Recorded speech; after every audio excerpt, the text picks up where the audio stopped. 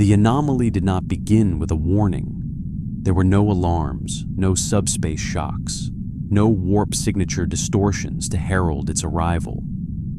It appeared as a silent fracture suspended in the void between systems, as if space itself were taking a slow, curious breath. The tear glowed briefly with emerald light, glimmering like a star caught in a bottle, then expanded into a swirling vortex pulsing with energy unlike anything recorded by Federation sensors. On the bridge of a Galaxy-class starship, performing a standard deep space survey of the region, the crew watched the phenomenon with a mixture of fascination and caution. The commanding officer leaned forward, studying the readings projected across the main display. The anomaly resembled neither a wormhole nor a quantum fissure. Its energy signature was radiant, photonic, and entirely foreign. It was almost alive in the way it pulsed, as though something on the other side was pushing its way through. A science officer ran the scans again, adjusting the sensors, their eyes narrowing as they strained to interpret the data. The energy did not behave like conventional radiation. It was concentrated and refined, not natural, but engineered. The anomaly was broadcasting structured emissions at multiple frequencies, each signal layered with complexity far beyond any known form of communication. Detecting it required filtering interwoven spectrums that fluctuated in perceptual harmonics. It was as if the anomaly were sending signals in languages no one had ever imagined, all at once. The command chair shifted subtly as the captain straightened. "Open a wide band hail," they ordered. "If someone is on the other side, let them know we are here." The communications officer nodded, activating the array, projecting a message of peaceful inquiry through universal linguistic algorithms. The transmission disappeared into the emerald light, vanishing without echo or reply. Then the anomaly rippled. A surge of brilliant green erupted outward, dazzling the bridge crew and forcing emergency visor tint across the main screen. When the light faded, they were no longer looking at empty space. Instead, dozens of figures floated across the void, suspended in tight formation, hovering as if gravity itself had bowed to them. Humanoid in shape, each wore a uniform of emerald and black, their bodies surrounded by a luminous aura like a personal energy field. In their hands or encircling their fists were glowing constructs of solidified light, shapes barely stable, yet utterly precise. At the center of the formation hovered a man with a stern expression and white streaks at his temples. He wore a mask across his eyes, and his presence radiated authority with a confidence bordering on defiance. A second figure beside him projected a calmer demeanor, studying the starship with analytical curiosity. Behind them, more lanterns drifted into formation, each bearing the same emerald insignia, an emblem shaped like a lantern flame, encased within a circle. Green energy flowed from rings worn on their fingers, and it was immediately clear that their power did not stem from any known technology. The readings overwhelmed the ship's sensors, producing cascading errors as instruments struggled to classify the energy source. Some systems temporarily shut down as automated diagnostics attempted to filter the resonance. The emerald light carried patterns that disrupted sensor interpretation, suggesting physics that did not belong in this universe. The bridge crew exchanged unsettled glances. The Federation had encountered powerful entities before, but this was different. These were individuals, a small army, radiating organized energy fields stronger than starship shields in concentrated form. If hostile, they could pose a severe threat. The captain signaled for yellow alert, raising defensive shields, though not weapon power. Diplomacy first, but with readiness behind it. Once more, the ship transmitted a peaceful greeting. But this time, before the message could even finish broadcasting, a wave of emerald constructs surrounded the ship. Shields flickered as dozens of energy shapes formed a perimeter barrier of glowing spears, blades, and mechanical shapes. Each construct hovered just outside the deflector envelope, perfectly positioned to strike. The lanterns had interpreted the transmission not as communication, but as targeting scans. They heard the ping of the ship's instruments and read them as hostile surveillance. Defensive postures rose immediately. They were no strangers to enemies who disguise aggression with words and data. Their ranks tightened as their eyes moved sharply, searching for the slightest hostile movement. The starship tactical officer raised weapon readiness, internal power routing shifting through the ship.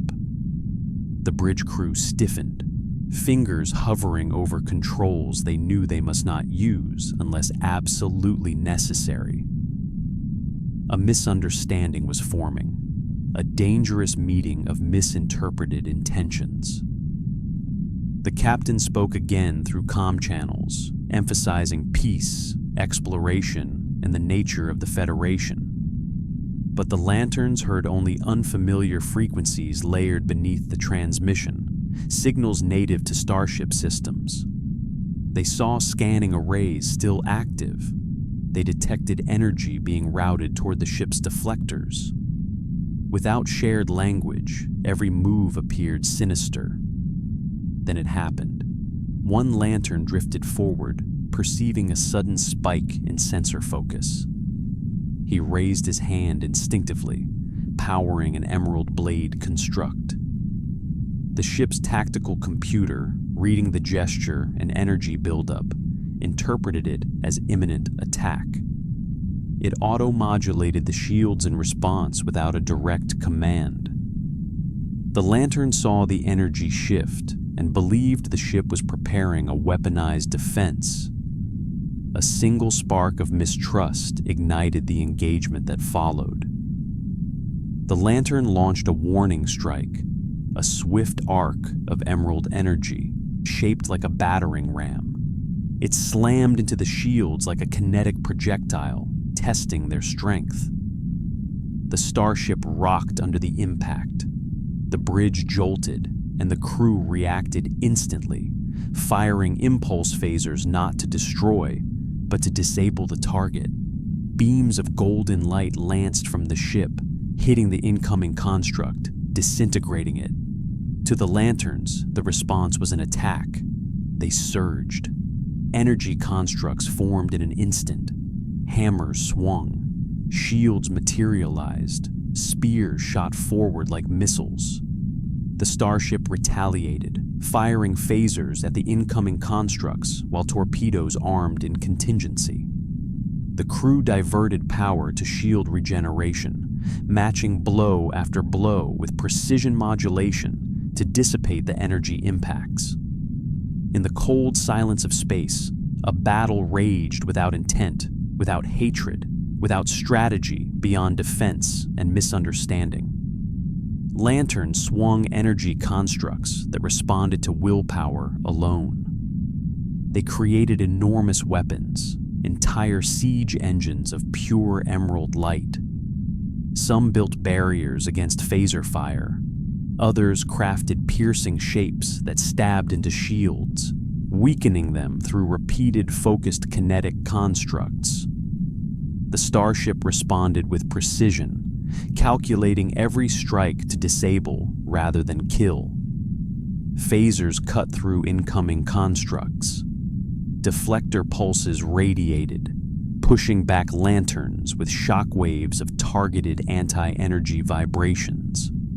Photonic torpedoes launched and detonated without lethal yield, intended to disperse combatants rather than harm them. Yet intentions meant nothing as the engagement escalated. Lanterns believed the starship was deploying weapons with deliberate calculation. The bridge crew believed they were under barrage from hostile unknowns. A dance of caution spiraled into contest, and contest into conflict. No words passed through the void that could be understood. No insight bridged the gap of thinking. The logic of protection hardened into reflexive aggression on both sides. Still, even in conflict, restraint was visible. Lanterns did not aim to destroy the ship, only to subdue it. The starship did not fire to kill, only to defend. Both sides believed they were the ones preserving peace by preventing harm. And so, they struck to prevent escalation, escalating it themselves. Then the stars dimmed. An unnatural shadow fell across the region as something entered the system. A subspace rupture spread like a bruise across the cosmos. A vast silhouette emerged, blocking starlight, eclipsing everything within its reach. The lanterns paused mid-strike. The starship ceased fire. Both decreased power output as sensors detected the intruder. A shape materialized. A cube, perfect in its geometry, vast in its scale, its surface layered with cold precision. It radiated no emotion. It held no intention beyond assimilation. Green lights pulsed across its surface, not vibrant or alive like lantern energy, but cold, mechanical, devoid of thought beyond the collective will. The lantern stared, the starship scanned, and the cube scanned back. The Borg had come. The cube's first action was not to fire, but to observe. Its surface throbbed with pale green luminescence, each pulse synchronized with the millions of voices that composed the collective mind. The Borg did not rush. They did not prepare for war. They simply scanned. They studied the emerald energies emanating from the lantern rings and the warp signatures from the Federation vessel. They analyzed, interpreted, categorized, and began calculating how both could be repurposed into the hive. The lanterns felt the cube's attention as a mental pressure. It was not telepathy, not emotion, not an attempt at communication. It was analysis, cold, invasive, and methodical. For beings trained to face cosmic threats, the sensation of being examined like defective machinery was disturbing. One lantern recoiled slightly, brushing their ring as if to reassure themselves that their power could not be taken. Another attempted to cloak their energy signature, only to discover that the cube compensated instantly, adjusting its scan parameters. From the starship's bridge, officers watched the readings accumulate. The cube was enormous, stronger than typical examples cataloged by the Federation. Its energy output spiked in ways that implied internal adaptation even before combat began. The captain ordered all hands to battle stations, but the tone carried something more than urgency. This was dread. The crew had seen cubes before, but rarely with this level of rapid, proactive analysis. The lanterns recovered from their initial surprise. The man at their center issued quiet orders through ring-based transmissions, coordinating formations. A dozen lanterns flanked the front, preparing for direct engagement. Others spread out in a perimeter around the cube, maintaining distance while scanning. Their rings transmitted energy pulses more precise than starship sensors, attempting to decipher the mechanical organism before them. The cube returned the favor with escalating intensity. Data streamed into the collective, new variables, unclassified power sources, unknown technology bound to biology, willpower energy. emotional resonance harnessed as weaponry, a power source tied to neurological and psychic intent. The Borg had no record of it. They had no template of assimilation for it, and that made it valuable. Assimilation imperative initiated. Without warning, a jagged burst of emerald lightning struck the cube. A lantern had attempted a probing attack, a thin spear of kinetic energy designed to test structural resilience. It bounced off. The cube's shields pulsed, absorbing the blow through harmonic modulation. A second lantern fired a high-pressure clamp construct, like a vise designed to tear off plating. It cracked the surface slightly, revealing mechanical innards beneath, but the wound sealed with adaptive plating before the construct could dig deeper. The lanterns grew tense. Their weapons were not ineffective, but their enemy was learning at a speed they had never encountered. Lantern combat relied on improvisation and adaptation. The Borg were doing the same, but not individually. They learned collectively, every second of engagement refining the cube. A single lantern strike helped the entire structure evolve defenses. The white-streaked lantern at the center gave a command. The lantern shifted from probing attacks to full assault, generating colossal tools of destruction. An emerald hammer the size of a shuttle swung at the cube. A rotating drill of luminous energy shrieked into existence. Dozens of light spear volleys shot forward at relativistic speed. The cube's shields flared, warping like glass beneath the blows. The attacks sliced into its surface, tearing mechanical chunks away in bursts of twisted metal. But the joy of damage was short-lived. The cube adapted. The next wave of light constructs struck a barrier whose resonance matched the emerald energy frequency almost perfectly. Hammers bounced, spears dissolved, drills jammed against surfaces that became more resistant the longer they were pressed. Lanterns pushed harder, pouring more willpower into their constructs, but the cube compensated faster, evolving in real time. Their energy did not overwhelm the Borg. It educated them. The starship opened fire, sending 2 torpedoes across the battlefield. They detonated near the cube, creating a radiant blast that disrupted shields momentarily. Lantern energy pierced deeper this time, carving gashes across the surface. But the damage healed faster than before, nanite matrices fusing severed structures in seconds. Every move became a feedback loop. Every strike became a lesson. Every second made the cube stronger. Lanterns felt their will draining. Constructs flickered as rings burned through their emotional reserves. Their combat philosophy relied on decisive, overwhelming force, directed by the unyielding power of belief. Their will was a star burning inside them. But the cube consumed stars slowly, bit, by learning their heat and building something colder than flame. The Borg then made their first offensive action. A lattice of tractor beams erupted from its surface, not to capture lanterns, but to analyze their energy fields. Lanterns shredded the beams with luminous blades and axes, but the cube recalibrated, shifting beam frequency, chasing them again.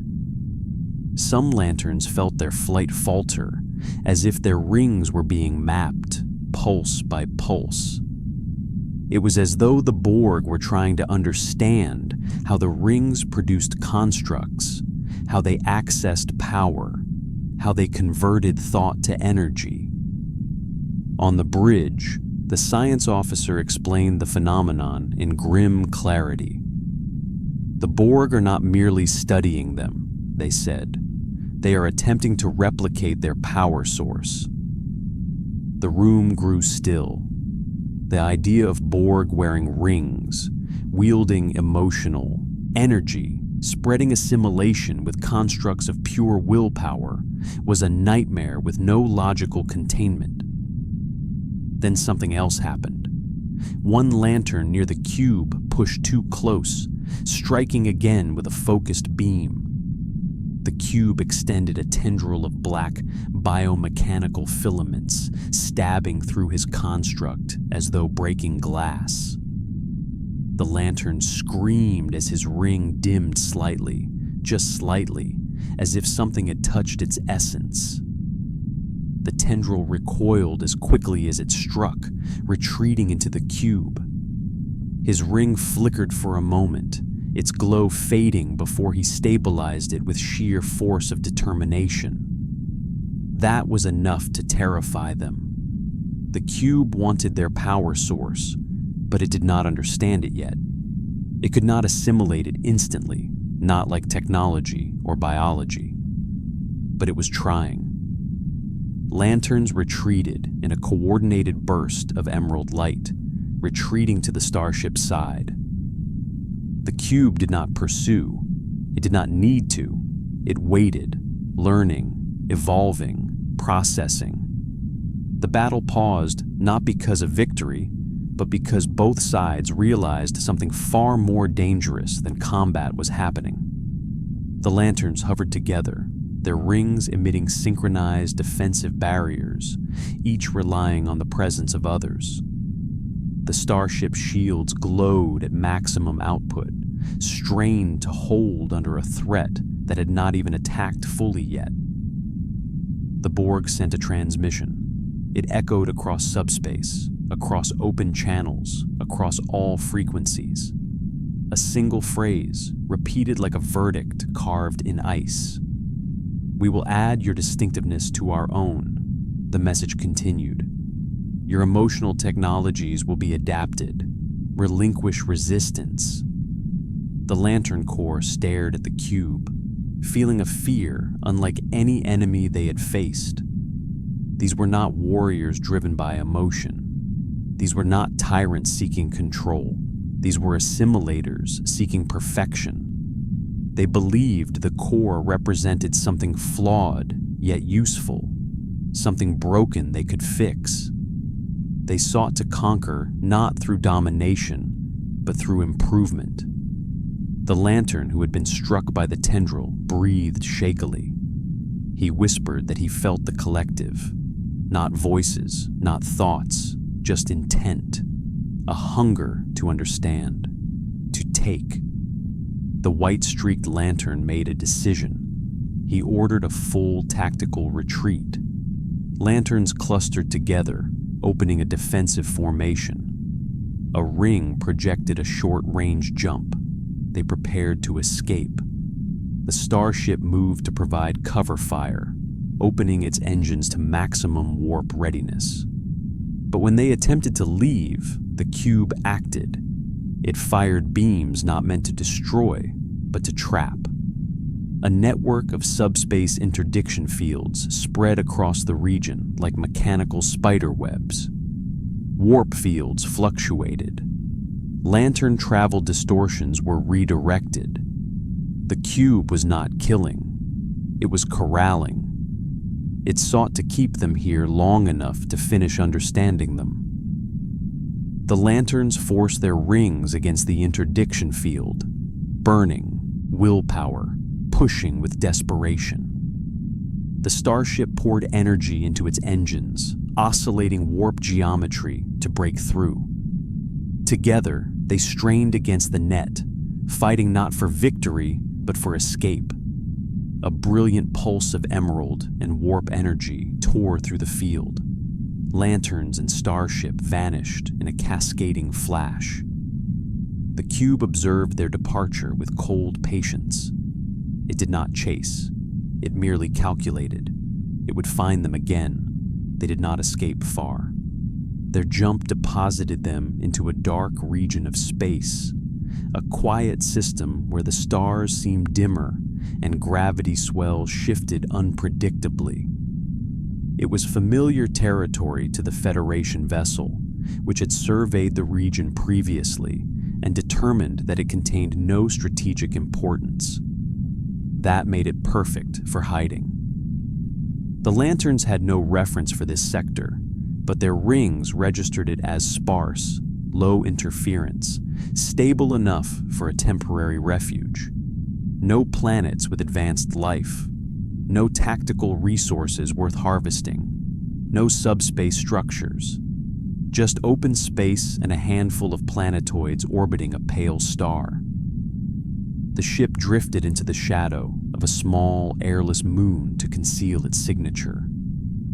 The lanterns formed a protective perimeter, their bodies glowing faintly, exhausted but alert. Their leader looked toward the starship with conflicted eyes. Pride demanded they keep distance, but the situation was far beyond core ego. They needed information, and the Federation needed answers. Slowly, he floated toward the main hull, broadcasting a communication request through his ring. The captain accepted immediately. When the holographic projection formed on the starship's bridge, both sides regarded one another with the caution of recent fighters who now required truce. The lantern was imposing, not because of his physique, but because of the way raw will seemed to inhabit his body like a second presence. He introduced himself simply, not with the language of diplomacy, but with the code and duty of his core. Green Lantern of Sector 2814. He gestured to the rings on his hand. Protectors of life, defenders of sentient worlds, keepers of emotional order, the captain replied with equal clarity. Federation starship, mission of peace, exploration, defense when necessary, bound by regulations that prioritize lives over victory, not conquerors, not aggressors. The two stared at each other as if waiting to determine whether either side believed the other. A science officer observed the ring's energy signature, radiating in real time, and did not hide fascination. Lantern constructs reacted with subtle shifts to mental patterns, almost like reading the micro fluctuations of a brain under stress or focus. The ring translated intention into molecular force. It was not simple energy projection. It was will sculpted into physics. Somehow, the power sourced from an extra-dimensional battery, but the output seemed connected to the wearer's emotional neural pathways. The ring was technology and psyche linked as one. The Federation had no scientific framework for it, but they understood instinctively how horrifying such a thing could be in the hands of the Borg. The lanterns asked for data about the cube. The starship provided what it had.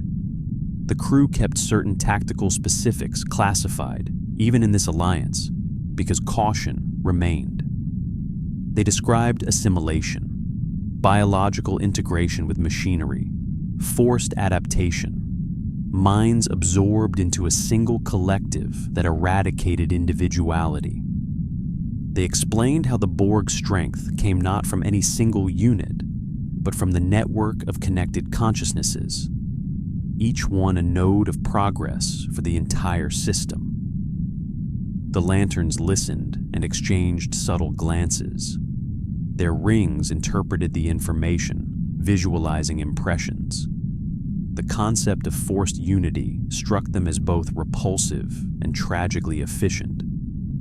Some lanterns from harsher sectors understood too well how militarized unity could become tyranny.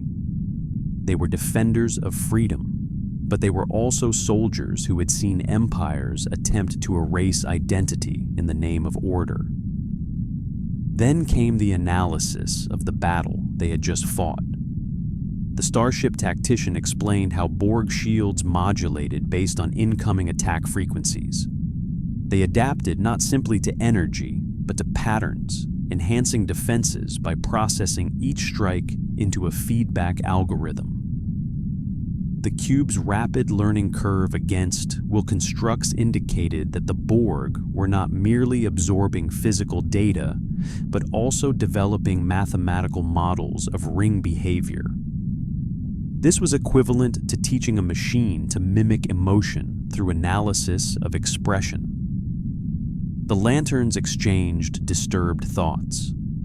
Rings responded to emotion. If the Borg learned to replicate the energy conduits of willpower, they could produce synthetic emotional constructs. They would not need a lantern to forge them. They could mass-produce pseudo-will engines, harvesting power through neural augmentation. Assimilated beings could become battery nodes, forced to generate emotional energy through engineered loyalty. The lantern who felt the tendril's touch described the sensation again. It was invasive, but not biological. It was observation at a level deeper than flesh or metal. His ring resisted not because of defensive programming, but because the Borg lacked understanding of what it meant to channel will. They sought to assimilate the energy, not the individual. They tried to seize the power without acquiring the emotional bond that made it function. They tried to pull the fuel without harvesting the heart. This was their weakness, but also their direction. They were learning how minds generate power. They might eventually learn how to simulate it. They could become counterfeit lanterns. The thought made every green glow dim with unease. The captain asked a question that surprised everyone. "Can your rings run out?" The lanterns hesitated. Their rings were powerful beyond measure, but they were not infinite. They drew energy from their central battery, and though the reservoir was vast, it was not inexhaustible. More crucial was the fact that rings needed emotional conviction to function. Fatigue, doubt, and fear could weaken output. In long battles, lanterns could exhaust their reserves and collapse. Without willpower, the ring was a tool without a user. The science officer made the obvious connection. The Borg do not tire. They do not doubt. Their drones never lose focus. The lanterns, however, could weaken. Their rings could drain. And once the Borg learned enough, they could design countermeasures that attacked the emotional core of willpower itself. The starship's first officer spoke bluntly. "You cannot win by fighting them the same way you fight everything else." The lanterns already knew this, but hearing it from a group with less power carried strange weight. It confirmed a truth they were resisting. They needed strategy, not force. Brute will would not prevail. Their leader communicated with his ring, opening a private link through subspace to the Guardians. The projection manifested into the air, glowing forms of ancient beings who held authority over the Corps' philosophy and tactics. They wore impassive expressions as they received the situation report. They addressed both the lanterns and the Federation crew, not with arrogance, but with solemn clarity. They agreed with what everyone had begun to understand. Conventional lantern combat would not defeat this enemy. The Guardians did not belittle the Corps' power. Instead, they recognized the nature of the Borg: logical, adaptive, persistent beyond exhaustion, beyond mortality, beyond fear. They affirmed that brute force tactics would lead only to ring depletion and assimilation risk. The Borg could not be overwhelmed simply by larger constructs or stronger emotion. They had already begun to counter willpower as a measurable energy field. The Guardians proposed a radical directive. Lantern combat must be altered at its philosophical core. Weapon constructs must not be expressions of personal will alone. They must become systemic strategies implemented through coordination, division of purpose, and multi-level conflict roles. The Corps needed to fight as a conceptual organism, not individual soldiers expressing personal emotion. Their leader translated that into battlefield doctrine. No more improvisation. No more massive personal constructs. No more dual-style engagements. The Corps must attack in methods that denied Borg adaptability. Strategies must shift faster than the Borg could compute them. Lanterns must not show the enemy any consistent technique to learn from. The Federation officers were intrigued. It mirrored how Starfleet engaged cubes with shifting shield frequencies and feigned weaknesses. The starship relied on patterns that changed faster than the Borg could process. Lanterns would now need to adopt that same, constantly evolving tactical paradigm, but with constructs. The Guardians outlined 3 potential strategies. Only 2 would be shared openly. The third would be withheld as a last resort, a weapon too costly to reveal without necessity. The Lanterns listened in silence as the Guardians described the first coordinated plan.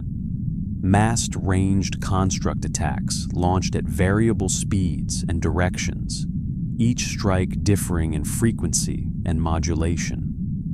A coordinated will bombardment designed to overwhelm adaptive computation through sheer unpredictability. Spear volleys that traveled faster than Borg harmonics could calibrate. The second plan was an industrial-scale construct, a multi-operator tool requiring dozens of lanterns synchronizing their rings into a single siege weapon.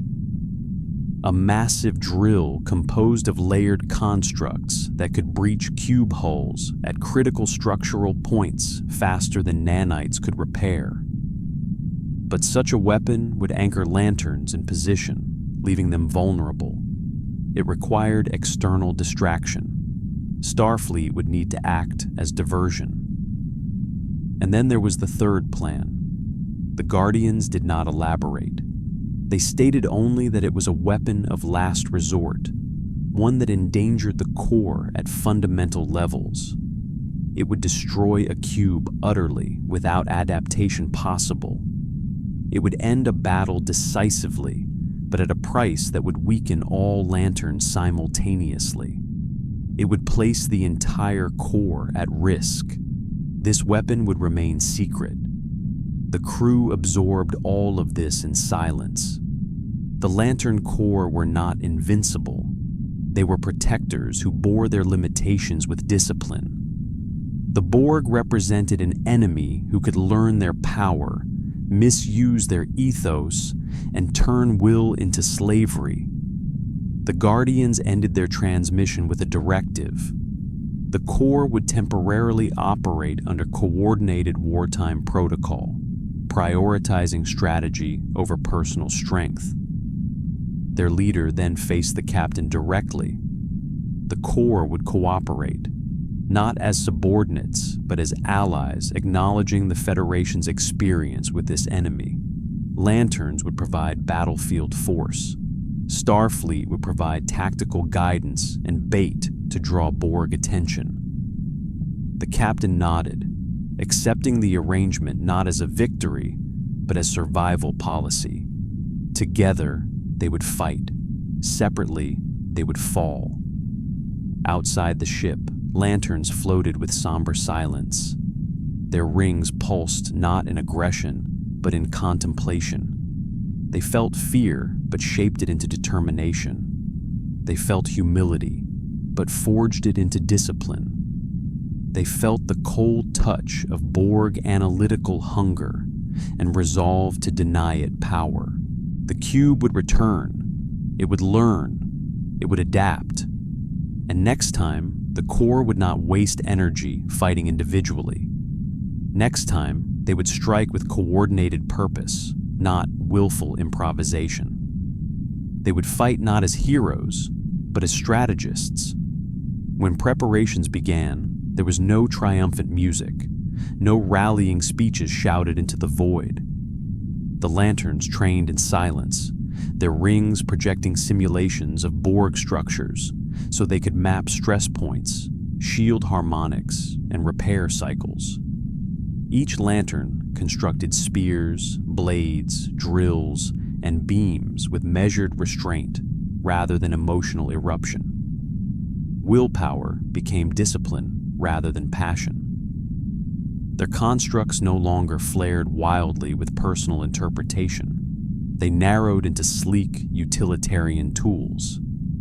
The air around them hummed with quiet emerald rhythm.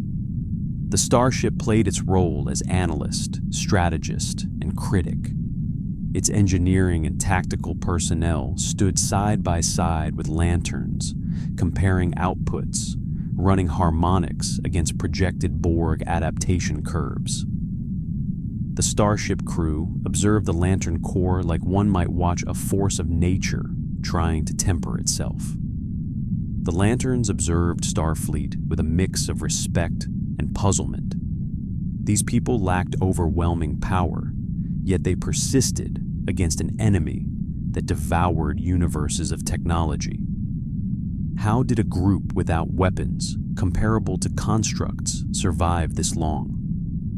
They studied Starfleet tactics and realized that the Federation fought Borg with principles, not just machinery. The first principle was unpredictability. Do not let the enemy learn you. The second was conservation. Never waste energy on what cannot be damaged. The third was misdirection. Show the enemy something they cannot resist analyzing, then hurt it somewhere else. Lanterns built new combat systems around these concepts. The first strategy, the spear volleys, involved massed long-range strikes powered not by individual emotion, but by synchronized rhythm across multiple lanterns. Each spear differed slightly in structure, speed, rotation, and energy frequency, confusing Borg pattern recognition. The spears were designed for one use only, to punch through external armor without lingering long enough for adaptation. The second strategy took shape through collective construction. It appeared slowly at first, forming like a machine being dreamt into existence. A colossal three-headed drill, its spirals interwoven, each head counter rotating to destabilize matter. The lanterns built it in segments, each team crafting a separate piece before merging them into the whole. It resembled no personal construct. It was industrial, surgical, monstrous in its precision. It would crack cubes open like a nutcracker, targeting the plasma flow lattice beneath the hull. Once breached, the drill would bore directly into the core, overloading it faster than nanites could repair. But the drill required a stable anchor point. Lanterns would need to remain motionless, linked mind to mind, focusing all their willpower into maintaining the construct's rotational consistency. They would be vulnerable, unable to defend themselves or move. That meant Starfleet needed to keep the cube's attention. They needed to provoke the Borg, distract them with warp maneuvers, sacrificial feints, and weapon discharges designed to mimic weaknesses. Starfleet officers studied the drill and did not marvel at its power alone. They calculated how long it would survive under fire. They estimated the strain on lantern users. They asked what would happen if the Borg adapted mid-drill. They did not simply accept the weapon, they prepared to support it, understanding that their role required cunning, not force. The lanterns grew uneasy when they realized how meticulous the Federation was. This was not warfare driven by willpower or emotion. It was logic applied to desperation. They understood the drill was necessary, but they also recognized the danger. If attacked at the wrong moment, if the Borg shifted focus, If Starfleet failed to distract them, the lanterns would die holding their construct together, unable to defend themselves. Yet they accepted this burden. The most unsettling discussions occurred in hushed tones between lanterns. What if their rings ran dry during battle? What if their will could not sustain them long enough to complete the drill? They depended on belief and emotional conviction, but fear was an emotion too. Fatigue was a force. Doubt could fracture their unity just as surely as a Borg cutting beam. They needed to fight with unwavering focus, not because the ring demanded it, but because failure meant assimilation on a scale no one could fathom. The starship crew noticed something else. Lanterns did not merely train to fight Borg. They had to train themselves not to think like lanterns. Their instinct was personal expression through individualized constructs. They had to suppress those instincts for the sake of uniformity and unpredictability. They had to become a collective of will without becoming a hive. They needed unity without the loss of identity, coordination without the erosion of individuality. That was the line that separated them from the Borg. It was a philosophical battle as much as a physical one. The Guardians observed quietly. They sent no further instructions. They did not micromanage. They trusted their core to learn or fail. Their restraint unsettled some lanterns who expected greater intervention. But perhaps that was the lesson. Willpower cannot be commanded. It must be chosen. Eventually, work shifted toward the starship's role in the battle to come. The crew modified shield systems to radiate false impulse distortion signals that would lure Borg scans. Engineering adjusted warp coils to emit misleading harmonics to attract tractor beams. Tactical officers configured torpedoes with variable frequency detonations to confuse shield modulation. The ship would play decoy, not hero, not hammer, decoy. The lanterns were unsettled by this, not because of cowardice, but because of selflessness taken to a form they were not used to. Starfleet was a non-military service of explorers and diplomats, yet they willingly volunteered to draw fire from a machine that could cut them down in seconds. It was as if a surgeon volunteered to distract a charging beast so someone else could perform the operation. No ego, no rivalry, just necessity. The lantern with white streaks in his hair spent long moments observing the crew. He saw officers working quietly with exhaustion behind their calm eyes, struggling to balance fear and duty. He saw no rings on their hands, no armor of light, no cosmic training. He saw humans, Vulcans, Andorians, Tellarites, and other species doing what lanterns did with their hearts alone.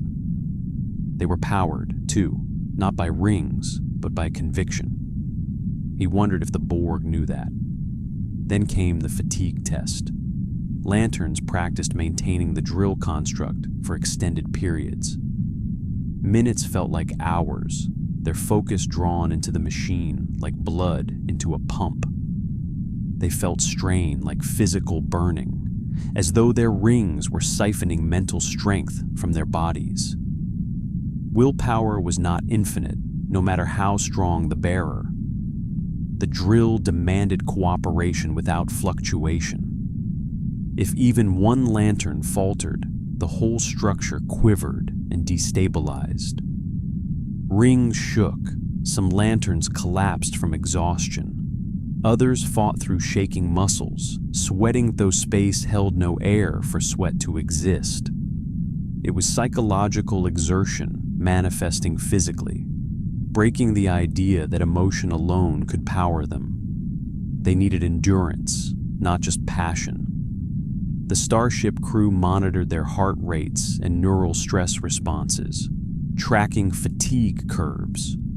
They offered data, training adjustments, and recovery cycles. Lanterns took the advice. They did not know how to rest strategically. Starfleet did. By the end of the training cycle, emotions had changed. The Lanterns were no longer trying to prove their strength. They were trying to maintain it. They were not fighting to show superiority. They were fighting to survive.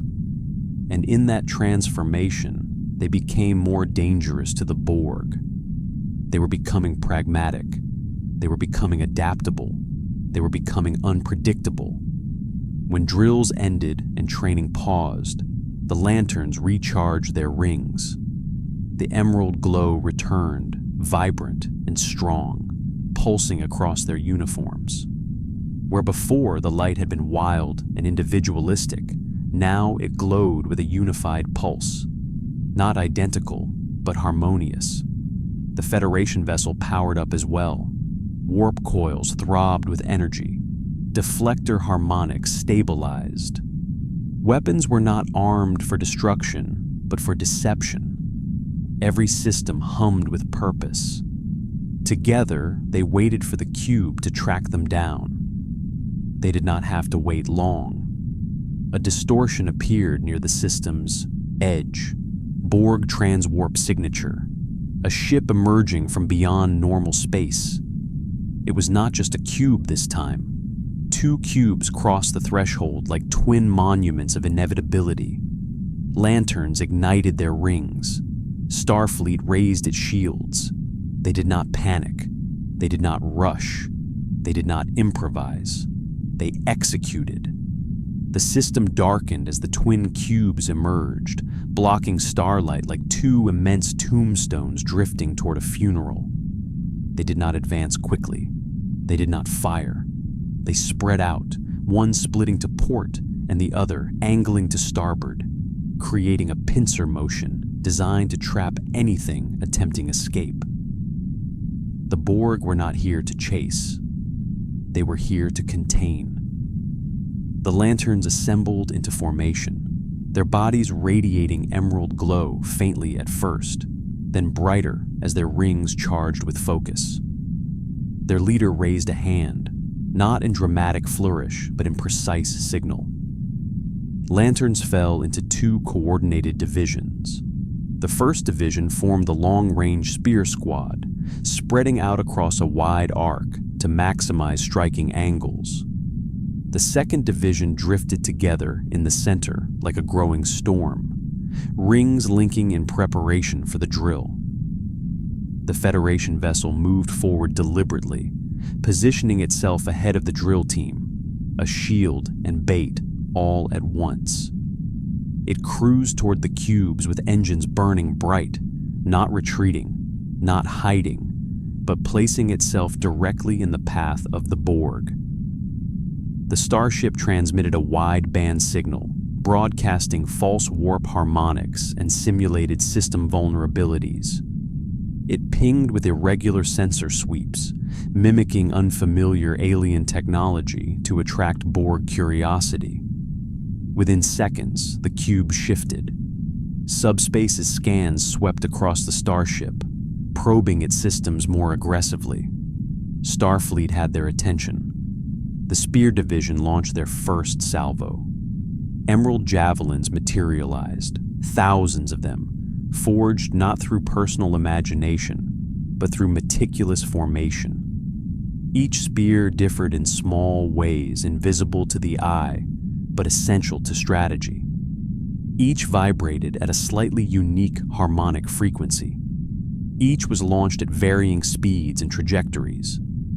The volley flew like a meteor swarm, crossing space at relativistic velocities, striking the first cube in a devastating cascade.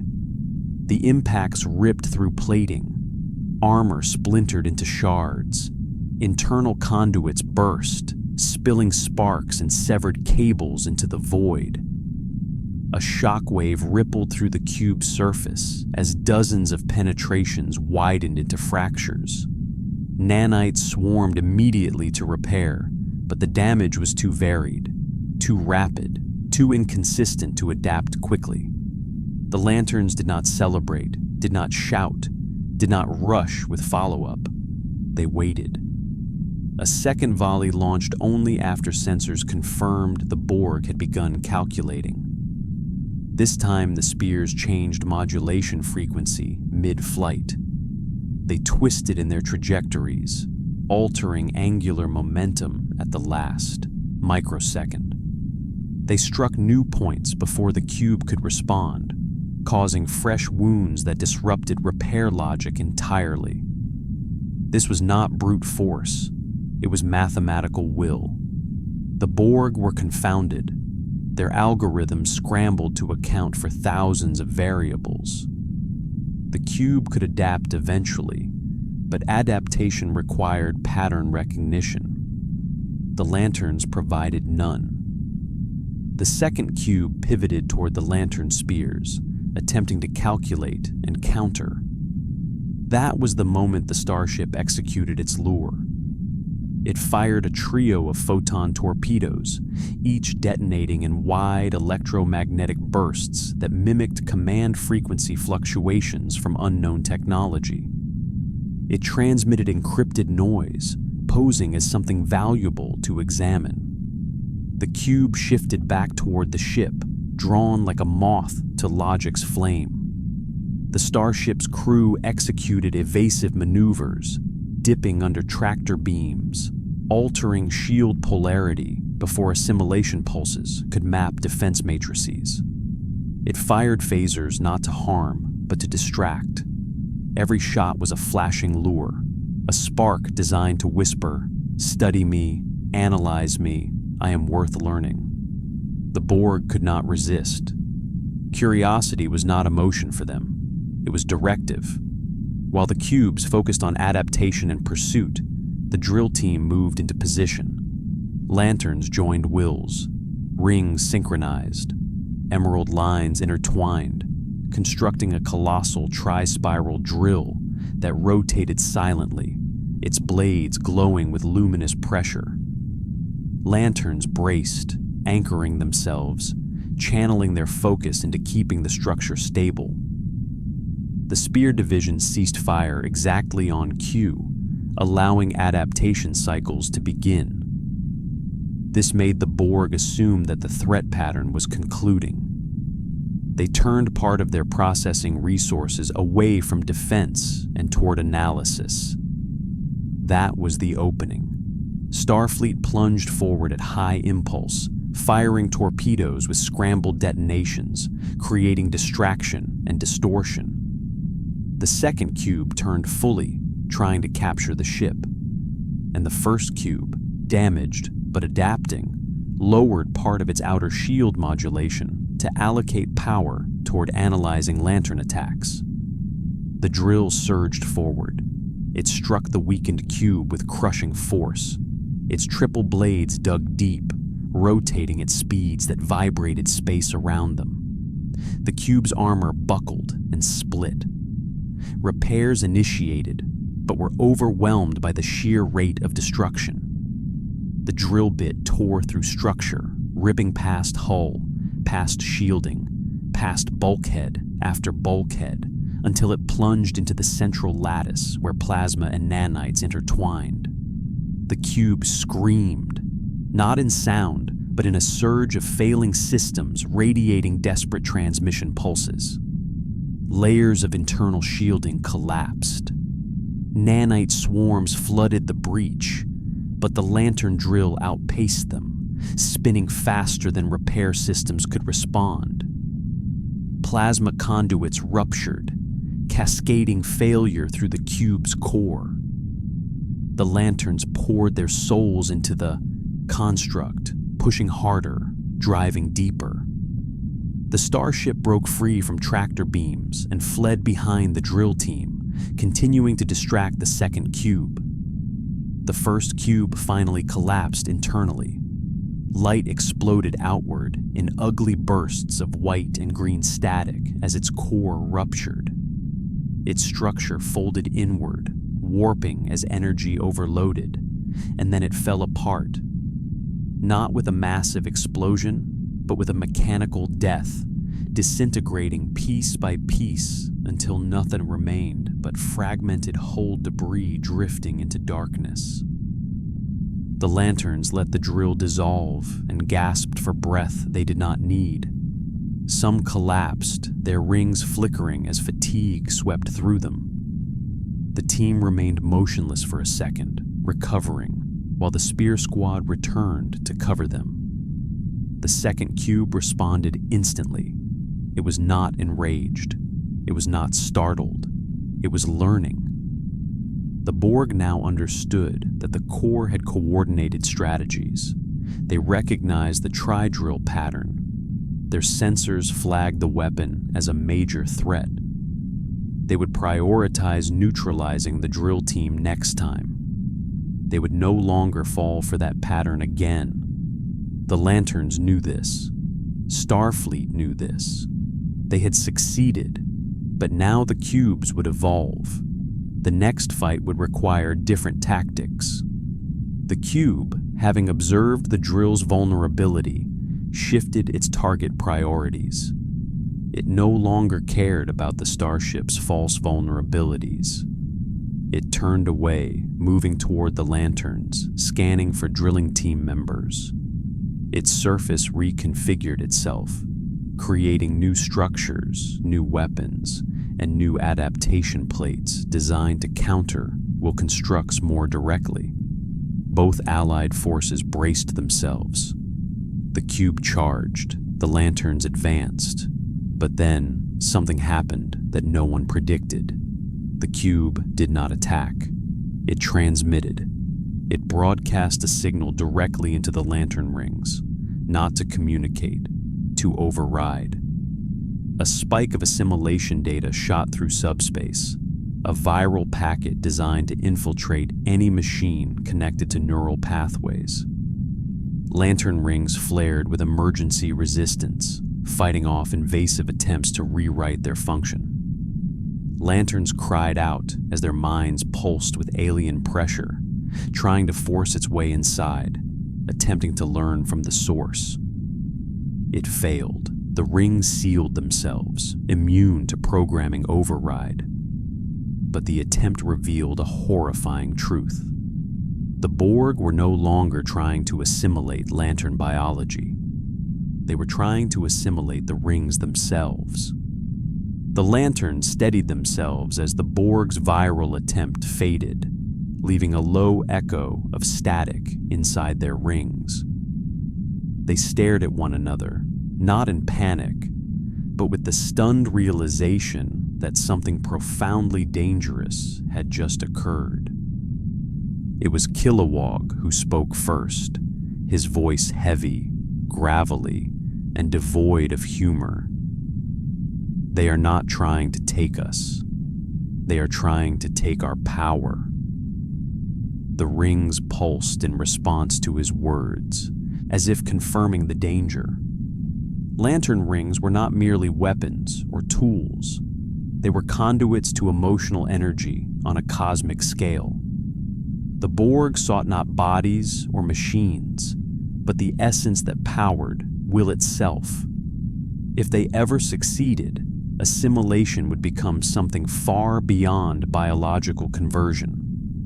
They would harness emotion as energy. The Borg would adapt desire. They would perfect will. The cube advanced again, its surface shifting, forming new spines and antenna arrays, scanning wavelengths that corresponded to will, creativity, imagination. The lantern rings dimmed momentarily, recognizing the threat, shielding themselves from interpretation. The green energy flickered like a living heartbeat. The starship transmitted an urgent hail. Their captain spoke to the lantern commanders in calm, measured tones. You need to move.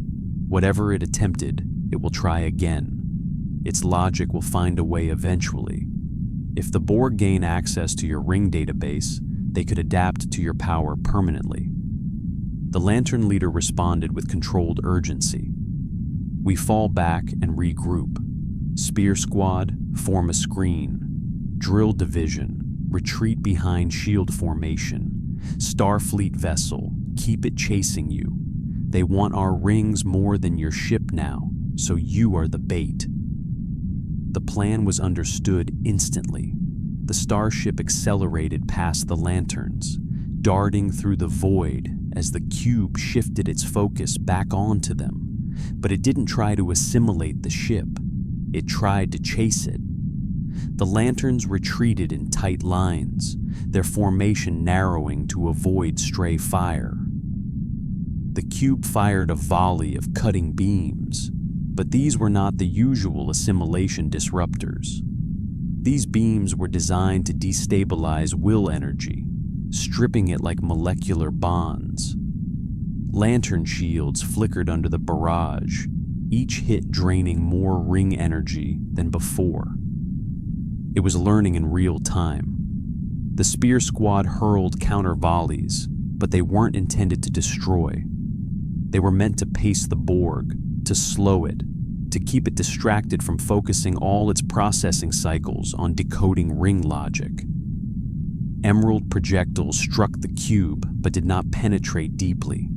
Instead, they forced the cube to adapt to new frequencies, consuming precious computational focus. The starship dropped to impulse speed, staying just enough ahead to remain enticing. It activated its deflector in a broad flare, generating chaotic feedback loops designed to confuse Borg analysis. Every second the Borg spent studying the ship was a second they were not understanding the rings. Lanterns moved in disciplined retreat until they reached the edge of the system. There, a rippling aurora shimmered across the sky. A vast nebula, rich with high-energy particles, stretched before them. The lantern leader pointed forward and commanded everyone to enter. The starship plunged into the nebula without hesitation. The lanterns followed. The Borg cube halted at the nebula's boundary, scanning its perimeter. The nebula was chaotic, unstable, filled with unpredictable ion storms and subspace distortions. Entering would reduce sensor clarity, slow adaptation, and disrupt both offensive and defensive functions. The Borg hesitated. The starship fired a single torpedo, exploding in a wide electromagnetic pulse. It struck the cube not to damage it, but to provoke it. The Borg analyzed the blast, adapted to it, and determined it was safe enough to continue pursuit. The cube crossed the threshold into the nebula. The storm swallowed it. Inside, the nebula roared with ion thunder. Emerald constructs sizzled when exposed to charged particles. Shields crackled with unstable flares. Sensors dropped to minimal clarity, forcing Starfleet to navigate by short-range scans only. Lanterns traveled by instinct and ring triangulation. The nebula did not merely disrupt technology, it strained willpower. Rings compensated by reinforcing internal protection, lowering offensive output. Lanterns felt their strength drawn inward to maintain ring stability against the chaotic environment. It was like flying through a storm of curiosity and hunger.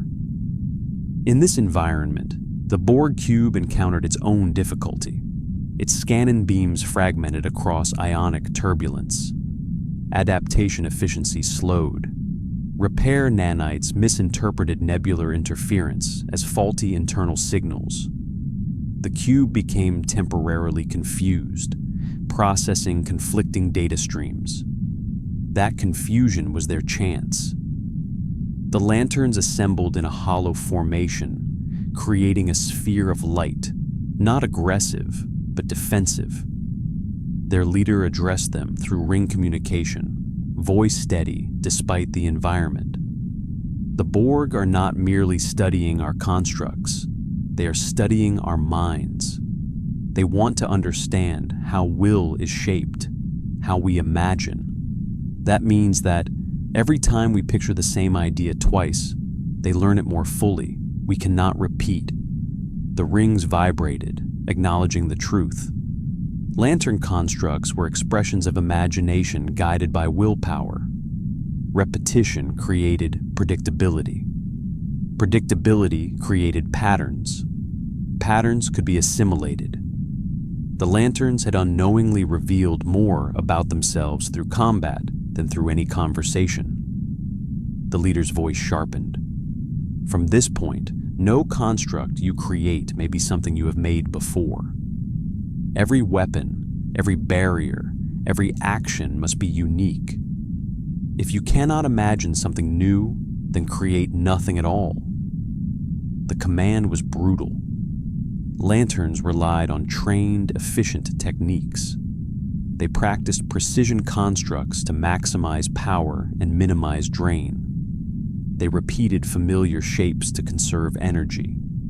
They used established formations for battlefield control. Now they were told to abandon all habit. Innovation became survival. The starship turned sharply, drawing the cube deeper into the nebula. The crew's voices echoed through the comm line, report after report of failing sensors, fluctuating shields, unpredictable static.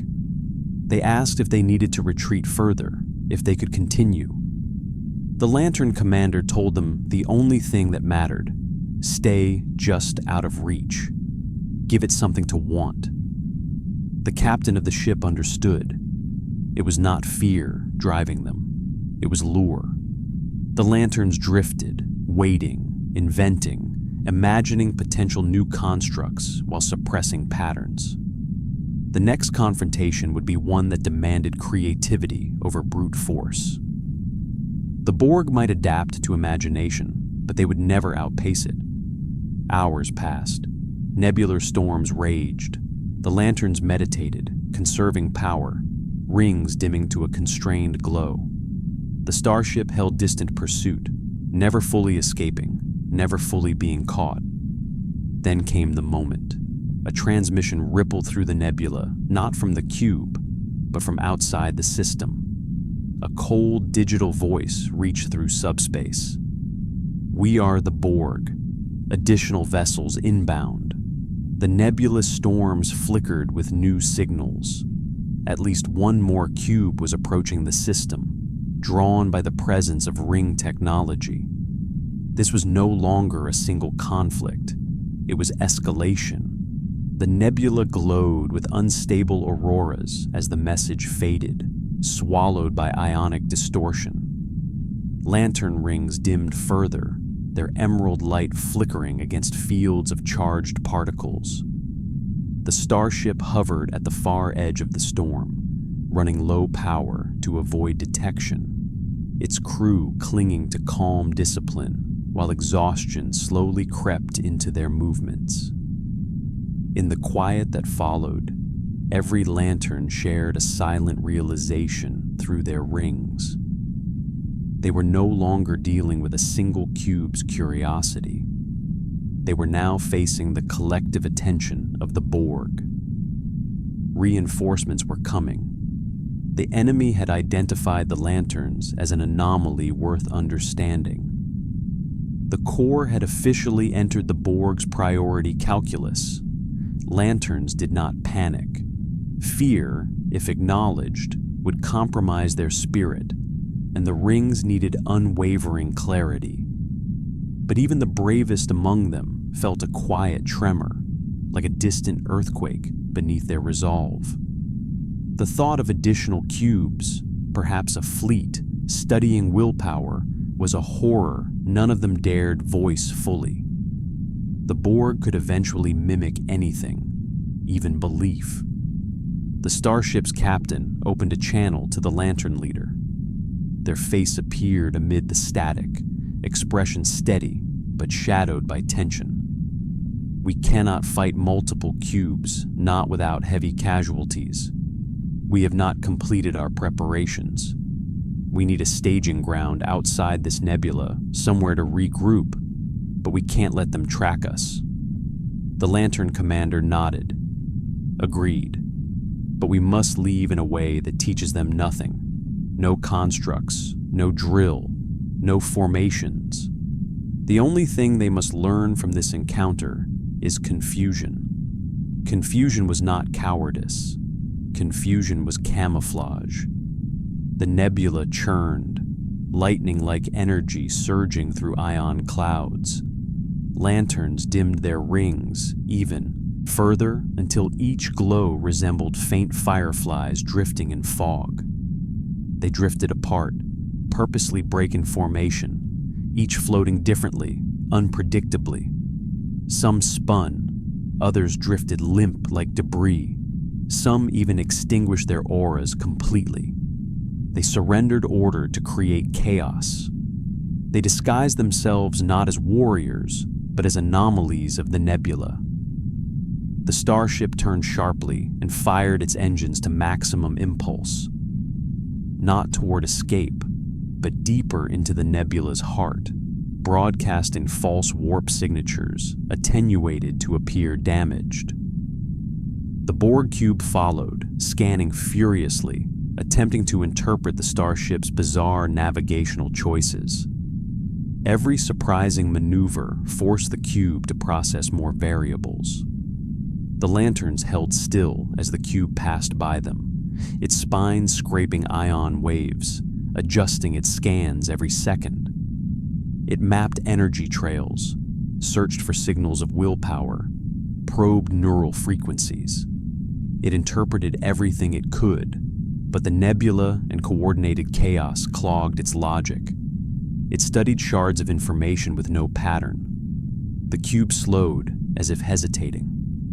Borg did not hesitate. But here, their mind was overoccupied, processing shifting variables, unable to choose a target. The Borg were not confused emotionally. They were confused computationally, and confusion to the Borg was damage. The starship burst from the nebula's far side into open space. The Borg cube followed seconds later, pierced by the storm's particles, but restored functionality almost instantly. It found the starship drifting ahead, apparently weakened, emitting fractured warp signatures as bait. Then the Borg made a mistake.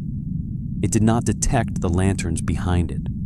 Lanterns poured out of the nebula in dispersed formation, not as a united squad, but as erratic swarms that did not line up into pattern.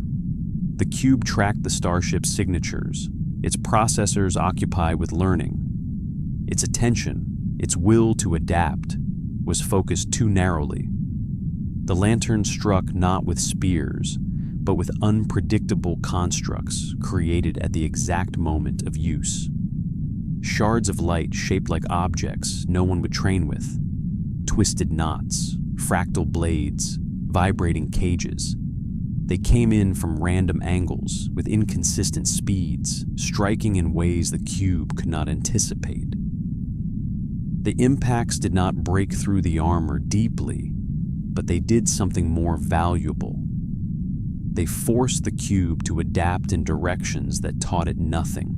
The Borg adapted to constructs that had no repeatable logic. They learned defenses for shapes no lantern would ever build again. They studied chaos as though it were a system. They found no pattern, no principle, nothing worth assimilating. Starfleet seized the opening. The starship powered its warp engines and executed a maneuver directly across the cube's hull, scraping its shields across Borg plating. This was reckless. It was dangerous. It was intentional. The cube turned to pursue and lost track of lantern signals entirely for critical seconds. Those seconds were enough. The lanterns vanished into the nebula once more, collectively retreating under randomized energy signatures. The starship then jumped to warp, leaving behind a false trail, one that would suggest it had fled far beyond the system. The Borg cube followed the falsified trail, chasing a phantom. In the nebula's dark heart, lanterns regrouped with the ship, masked by ionic interference. Only when they were safe did they allow their rings to brighten again.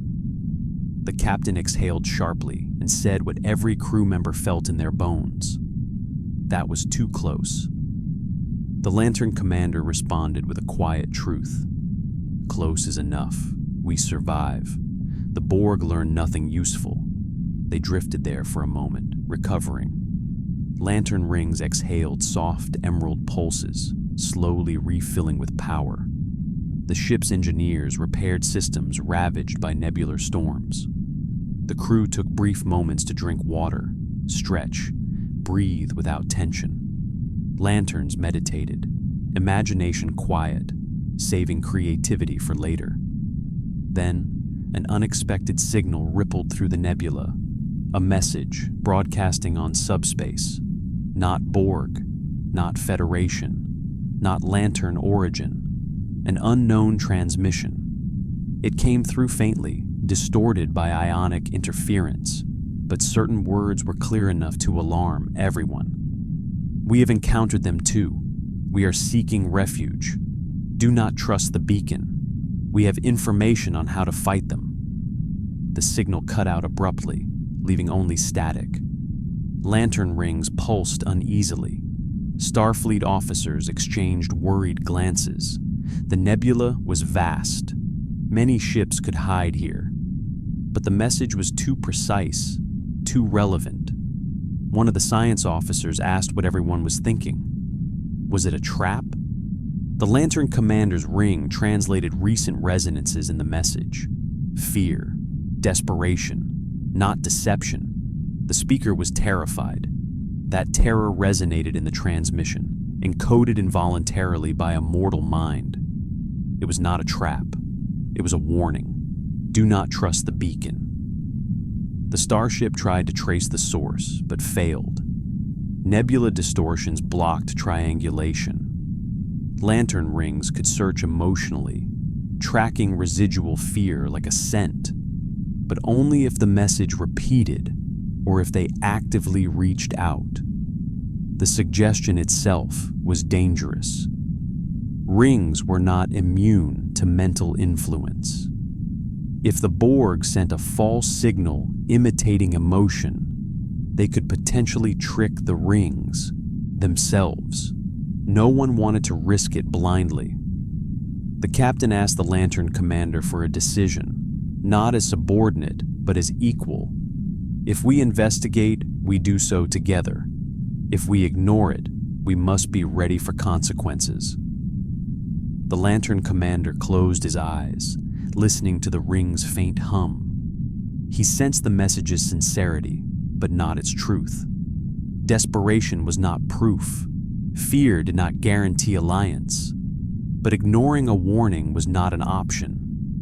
We find the source, he said, but we do not follow the beacon. We track the fear behind it. The Lanterns understood. They would not follow coordinates. They would follow emotional resonance. They would let the ring detect the panic, the exhaustion, the willpower barely clinging to survival. Emotion would guide them, not technology. Lanterns shone faintly and spread out again. The starship followed at minimum impulse, drifting quietly toward unseen allies or unknown danger. Deeper into the nebula they went, searching for someone afraid of the Borg. The nebula thickened as they pushed deeper, its swirling colors shifting between violet storms and flashes of violent gold plasma. It was the kind of region that swallowed sensor signals and distorted subspace like a cruel mirror. Lantern rings strained to navigate the density, acting both as translators and shields, converting chaotic radiation into filtered pathways.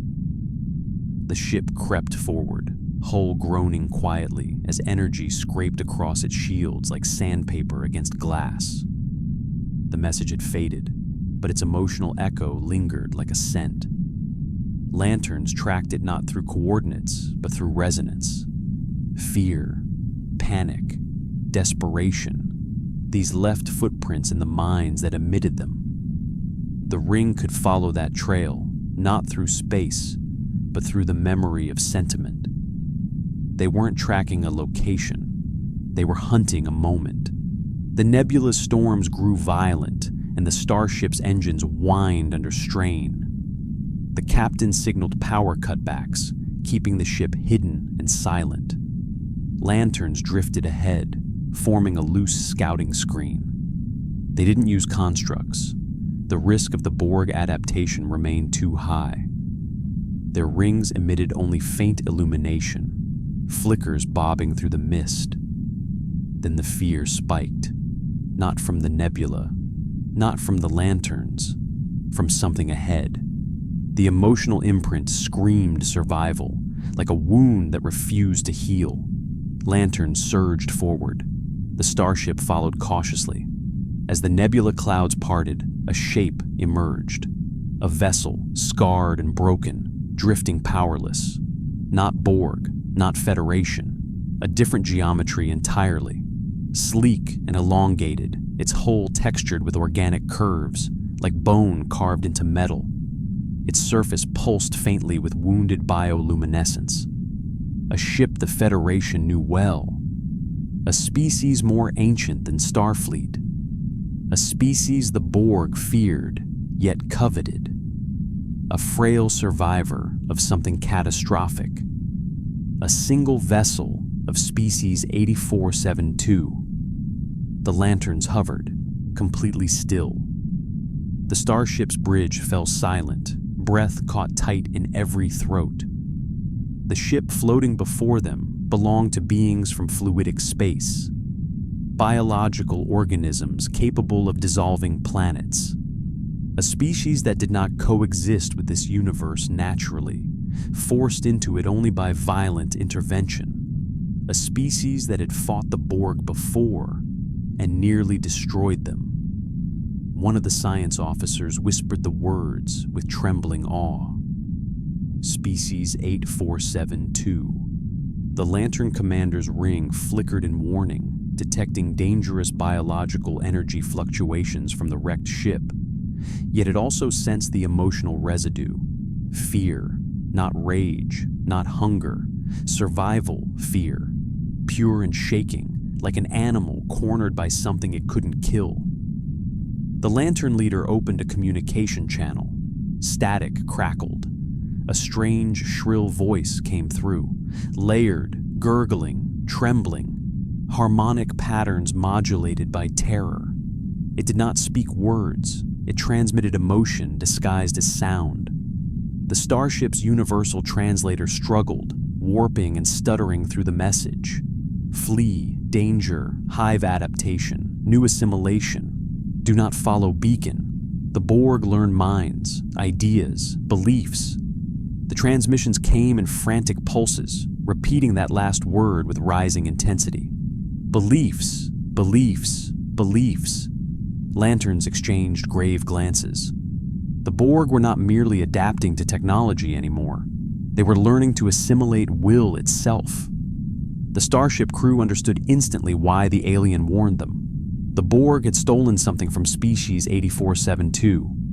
Knowledge. Perhaps ideas. Perhaps biology. Perhaps something worse. Their minds were being studied the same way the rings were studied. The Lantern Commander attempted to soothe the terrified entity through emotional resonance. The ring projected calm, not words. The creature responded, not verbally, but with a ripple of lowered panic. Yet its fear had not faded, only receded like a tremor returning underground. It transmitted an image into the ring's mind, raw and distorted.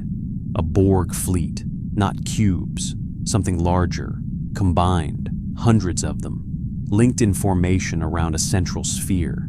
A ship grown like a tumor, a mega-cube. Lanterns recoiled at the projection. The starship crew listened in quiet horror.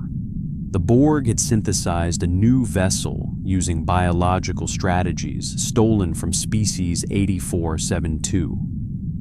They had taken the enemy that nearly destroyed them and learned from it. The Borg were no longer just mechanical. They were evolving into something hybrid, something alive. and they were still learning. The injured ship drifted closer, as though clinging to the Federation vessel and lanterns for safety. Its bioluminescent hull flickered weakly. Then a second emotional wave trembled through the nebula, weaker, fading. Another transmission, the same signal, same fear, same message. Do not trust the beacon. The lanterns realized there was more than one survivor. Another ship hid somewhere deep in the nebula. Perhaps many, all afraid, all running. The Borg had been hunting here long before the lanterns arrived, stalking prey not for assimilation alone, but for experimentation. The captain asked the question quietly, the weight of it sinking through her voice. What are they learning from them? The 8472 survivor answered with a final image. A visual memory of assimilation that should have been impossible. A creature of fluidic space, being infected with nanites. Its flesh resisted. Reality itself resisted. But slowly, it changed. Nanites learning biology beyond this universe. Will adapting to survival. Pain becoming programming. The lantern rings pulsed violently in rejection. Lanterns felt nausea, even those without human biology. The ring was overwhelmed with the instinct to recoil from the concept. The Borg were infecting belief, identity, essence. The wounded ship sent one last message, a faint plea, a request. Help us. The captain asked if they could rescue survivors. The lantern leader nodded. We will not leave them. Anyone hunted by the Borg deserves defense. But then, everything changed. The ring pulsed once more, detecting movement beyond the nebula's edge. A massive gravitational shift stirred the storms. Lanterns turned as one. The Borg were returning, not cubes. Something larger emerged from subspace, distorting the nebula like a black hole dragging reality across a razor. A shadow eclipsed the stars. The megacube was arriving. No more hiding. No more scouting. The Borg weren't searching anymore. They had come to harvest what they learned. Lantern rings brightened instinctively. The starship charged its engines. The survivor ship dimmed in fear. The lantern commander issued the order. Prepare for maneuver defense. No drills. No constructs repeated. Protect the survivors. Defend the starship. We fall back, but we do not abandon them. The megacube silhouette tore through the nebula's wall like a wound in space. And the Borg spoke again. We have analyzed your will. Now you will join ours.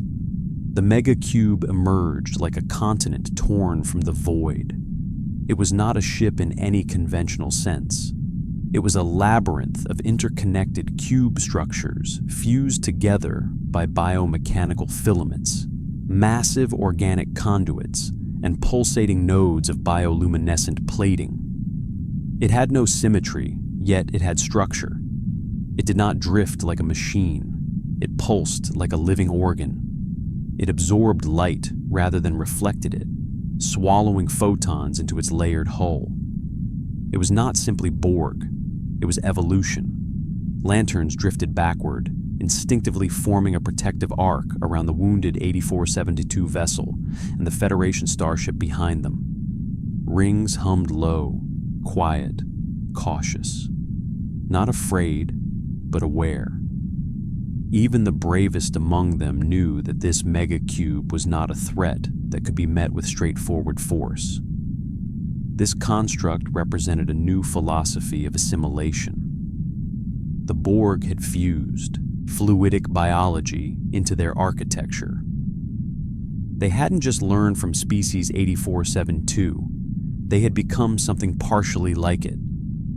The starship's bridge crew watched the formation through trembling distortions in the nebula. The captain issued orders calmly, focusing on sensor clarity, defensive balance, prioritizing survival over confrontation. She did not dare fire a single shot. Not yet. Not without a strategy. Triggering the mega cube carelessly could spell instant annihilation, Kilowog whispered under his breath, his deep voice more shaken than any of the Corps had yet heard from him. That thing's alive, not metaphor, not machinery that mimics life. It had heartbeat-like vibrations echoing through its structure. Its matter was shifting, as if reacting to the environment. The Borg had created something that was neither fully technological nor fully biological. The Lantern Leader's ring translated the megacube's energy signature. It was not powered by a conventional core. It fed on absorbed willpower and neural resonance. The moment the Lanterns realized this, their rings dimmed slightly, conserving output automatically. The Borg weren't just studying will, they were harvesting it. They were learning to feed on intention. The megacube broadcast its voice again, this time not with simple assimilation directives, but with eerie precision. It no longer sounded like monotonous drones speaking in unison. It had cadence. It had rhythm. It had a sense of intention masquerading as language. We have learned strength. We have learned belief. We have learned fear. You will help us refine perfection. Lanterns steadied themselves, their emotions tightening into controlled resolve. Fear could not be allowed to surface. Not now. Not in front of a predator that consumed belief the way machines consumed fuel. The starship pulsed its engines, drifting ahead cautiously. Its captain asked the only question that mattered. What does it want? The megacube responded with horrifying clarity. We seek your core of unity, your power of choice, your independence. Assimilate devotion, assimilate purpose. It no longer sought bodies. It no longer sought technology. It sought the very trait that made lanterns powerful: will. Lantern rings vibrated dangerously, recognizing the threat at a metaphysical level. The megacube was tuning itself to emotional spectra. It wasn't copying will. It was trying to replace it, like a moth replacing the flame it chases. The species 8472 survivor pulsed with terror.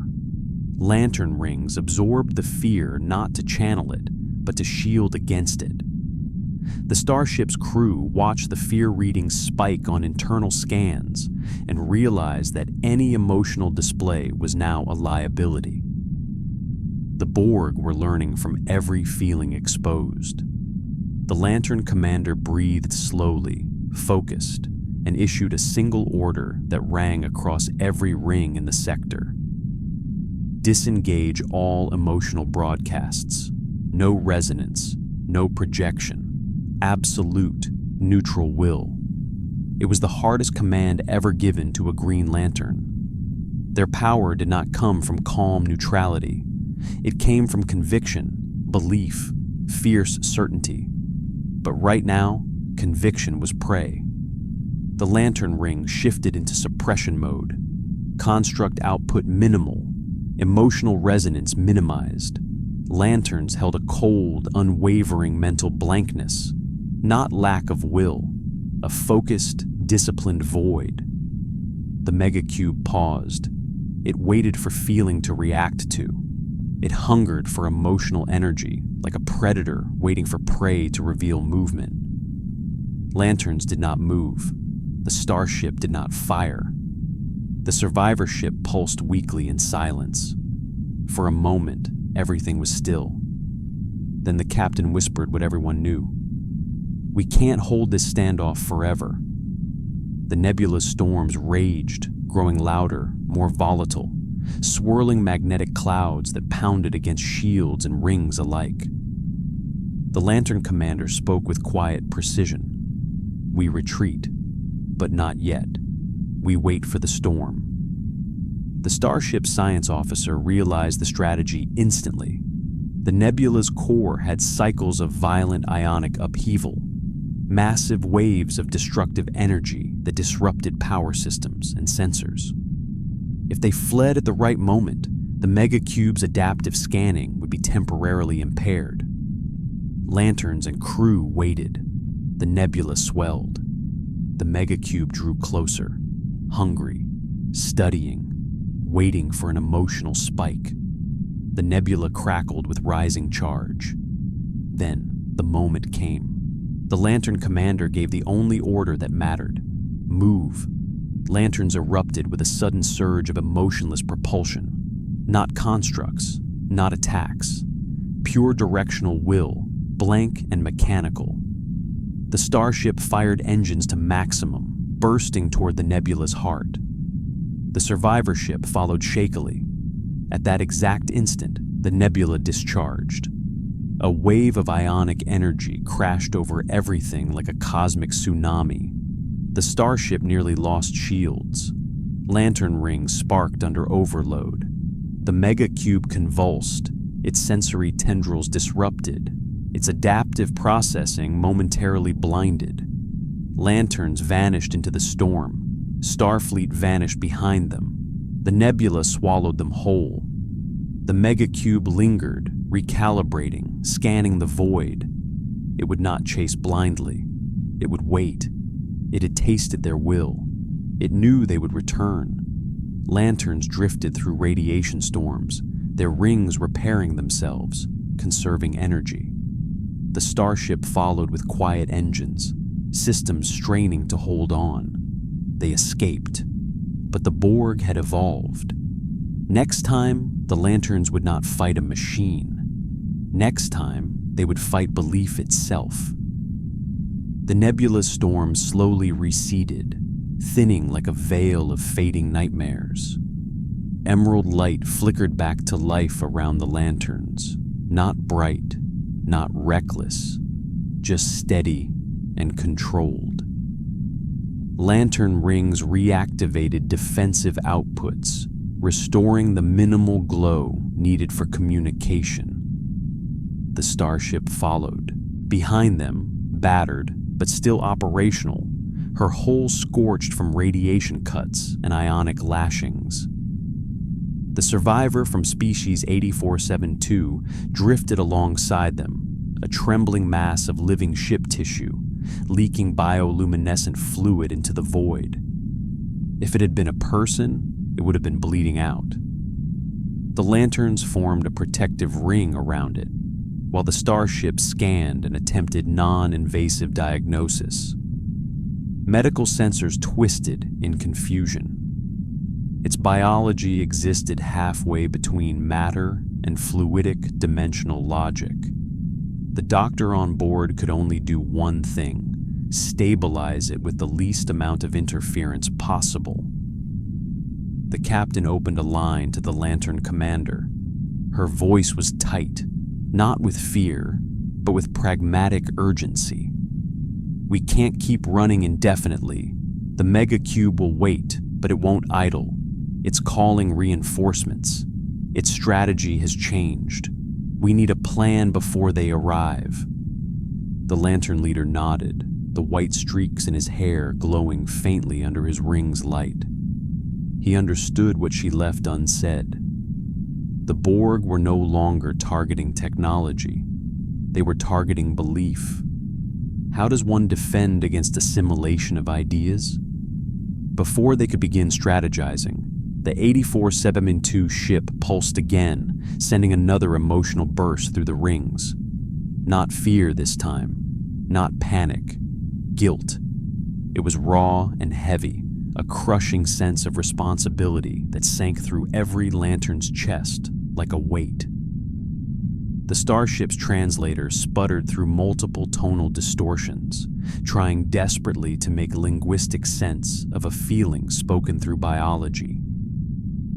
"We caused this. We showed them how." The captain stiffened. The Lanterns floated closer. The survivor sent imagery again through the ring network, not as words, but as memories. A battle, a conflict between species 8472 and the Borg long ago. The two fought across dimensional boundaries, fluidic space beating against metallic cubes. The Borg tried to adapt, but failed repeatedly. Species 8472 was too alien, too pure, too immune to mechanical logic. Until one day, an 8472 ship was damaged in a battle and attempted to escape into physical space, but the Borg intercepted it before it could return fully home. They didn't assimilate the creature. They studied it for years, through fractured dimensions.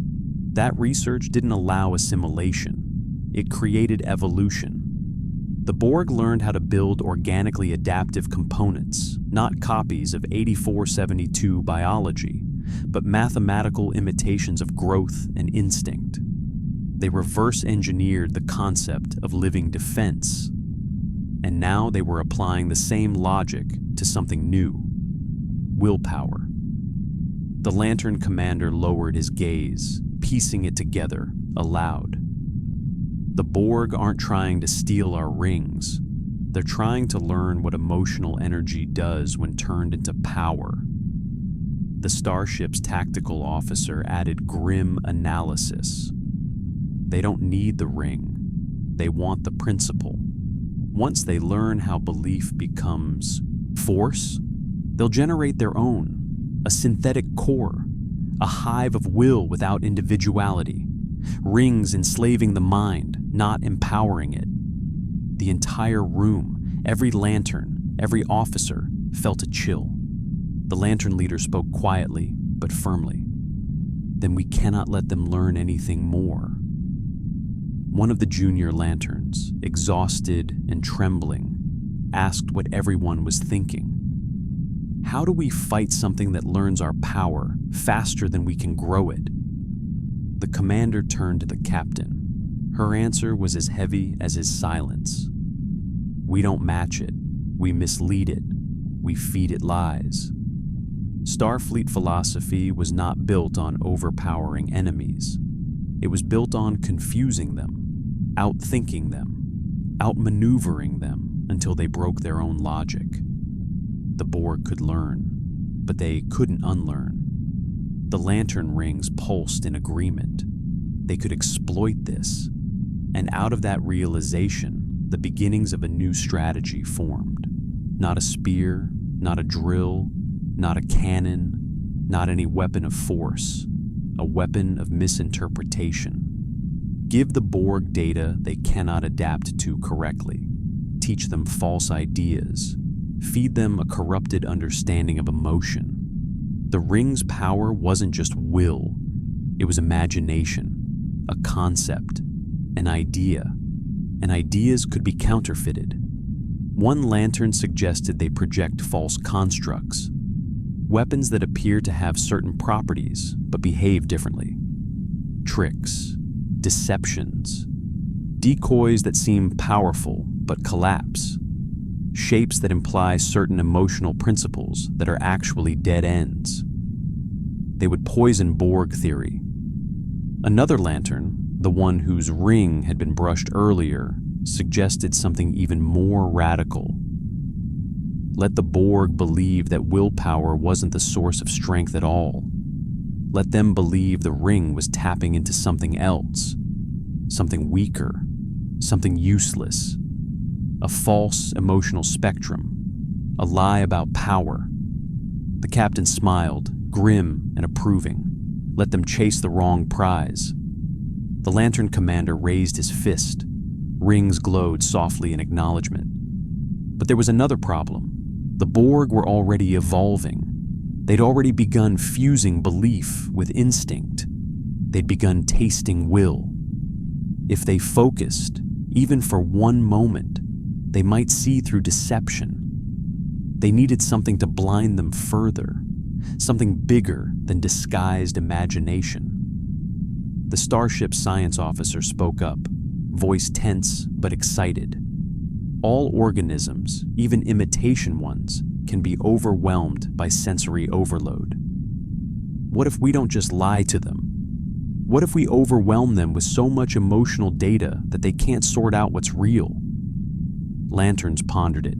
Rings hummed, analyzing implications. Then Hal Jordan, no longer uncertain, no longer fatigued, but razor-sharp with insight, spoke aloud. We turn will into noise. We drown them in meaningless feelings until they can't distinguish truth from deception. The room fell silent. They were discussing a weapon not of power, but of confusion, so intense that the Borg hive mind would choke on the data. A storm of idea, a chaos of emotion masquerading as intent. Starfleet's captain added one more vital refinement. And while they're lost inside that storm, we strike with something real, something they've never seen, and something they will never see again. A one-use truth hidden inside 1,000 lies. Lanterns and Starfleet understood each other completely, but strategy requires execution. To unleash confusion, they needed a stage. A battlefield where sensors struggled, where emotions echoed strangely, where resonance distorted thought. There was only one environment where this could work: fluidic space. The Lantern commander's eyes widened. He looked toward the injured vessel. Species 8472 didn't send a distress call looking for rescue alone. They were sending coordinates, a gate, a rift, an entrance to their dimension, a place where the Borg had once been humbled and could be humbled again. The survivor pulsed weakly, confirming the truth.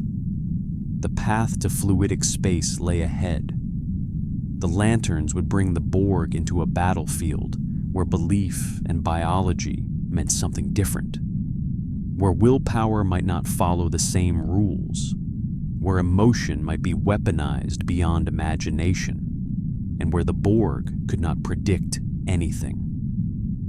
The captain nodded. The Lantern commander raised his ring. Together, they prepared to cross the boundary into a world where physics were alive and where ideas could kill. The nebula thinned into a murky corridor of ion fog, thinning just enough to reveal what the survivor had been guiding them toward. A rift floating in space like a wound. It was not a portal shaped by machinery. It was not a symmetrical gateway. It had no frame, no aperture, no artificial structure. It rippled like torn muscle, bleeding luminous fluid into the void, shimmering with organic motion as though it were breathing. Fluidic space did not open like a door. It ruptured like skin. Lanterns hovered before it, sensing something wholly alien. Their rings hissed with instability, humming with warning. Even Starfleet's most advanced sensors could not fully interpret the gateway. It registered simultaneously as stable and unstable, present and absent, like a dimension that refused to be observed by linear logic. The starship's captain stood silently, hands folded behind her back, studying the cosmic tear. She turned to her science officer. "Will our shields hold inside that?" The officer hesitated, then spoke carefully. "We'll survive, so long as we do not attempt to force physical laws to behave normally. We cannot use impulse navigation the way we're used to. Thrusters only, minimal warp. Fluidic space reacts to stress." The Lantern commander understood instantly. A place where force itself becomes resistance, where push invites pushback, where trying to overpower reality only strengthens it. A place where the Borg's logic would betray them. Lantern rings projected low-level scans across the rift. The readings were unlike anything their network had processed. Energy signatures responded to emotional intention, fluctuating even to subtle changes in mental state. The physics were influenced by living concepts: belief, instinct, will. This was a dimension where thoughts could kill if focused wrong. It was too perfect. Starfleet couldn't win a war here. Lanterns couldn't win by brute force here. But they could distort the truth here. They could lie to the laws of sensation and let the Borg choke on false meaning. The rings pulsed a unified message through the team. Proceed with neutrality. Do not project fear. Do not project aggression. Do not imagine anything unnecessary. If a lantern imagined a weapon with emotion, it might materialize too strongly. If they imagined pain, fluidic space might react to it. Visualization would define existence. Ideas would manifest unpredictably. The starship drifted forward first, passing through the rift slowly, shields dimming to non-aggression mode. The survivor ship followed, trembling with exhaustion, but guided by a sense of responsibility. The lanterns entered last, forming a shell around both vessels. They moved in total focus, not emoting, not imagining, just existing with neutral will. Crossing the boundary felt like pushing through consciousness itself. Not pressure on the body, pressure on the mind. It felt as though the seam of reality scraped across thought, peeling away anything unstable inside their heads. Every lantern felt exposed, stripped not of power, but of privacy. Imagination itself became visible, like an aura that could be touched. When they emerged, the rules of physics changed. Fluidic space stretched infinitely, not as a void, but as a living ecosystem. Its stars pulsed like organs. Its nebulae writhed like coral. Its gravity felt less like force and more like intention. The landscape was not space. It was tissue, thought, memory. They were floating inside a dimension half symbolic and half biological. The starship's hull shuddered as bioplasmic particles licked across its surface like probing tongues. Shields held, but it felt more like they were being tasted than scanned. Kilowog whispered to the commander without intending to. Careful what you picture. Something here's listening. They all felt it. There was no dark emptiness here. The dimension was awake. It stared back without eyes. It registered their presence the way an ocean feels a stone drop into its waters. Lantern rings tried to interpret the sensation, but recoiled. They could not reduce it to logic. They could only acknowledge it as awareness, not sentience, not consciousness. Awareness. What did it mean to fight inside a dimension that could feel your intent? The 8472 survivor pulsed with memory. The dimensional fabric reacted, parting ahead to reveal a safe current of biogravitational flow. It guided them to areas where movement would not trigger defensive pressure. Lanterns and starship followed like fish swimming in a neural tide.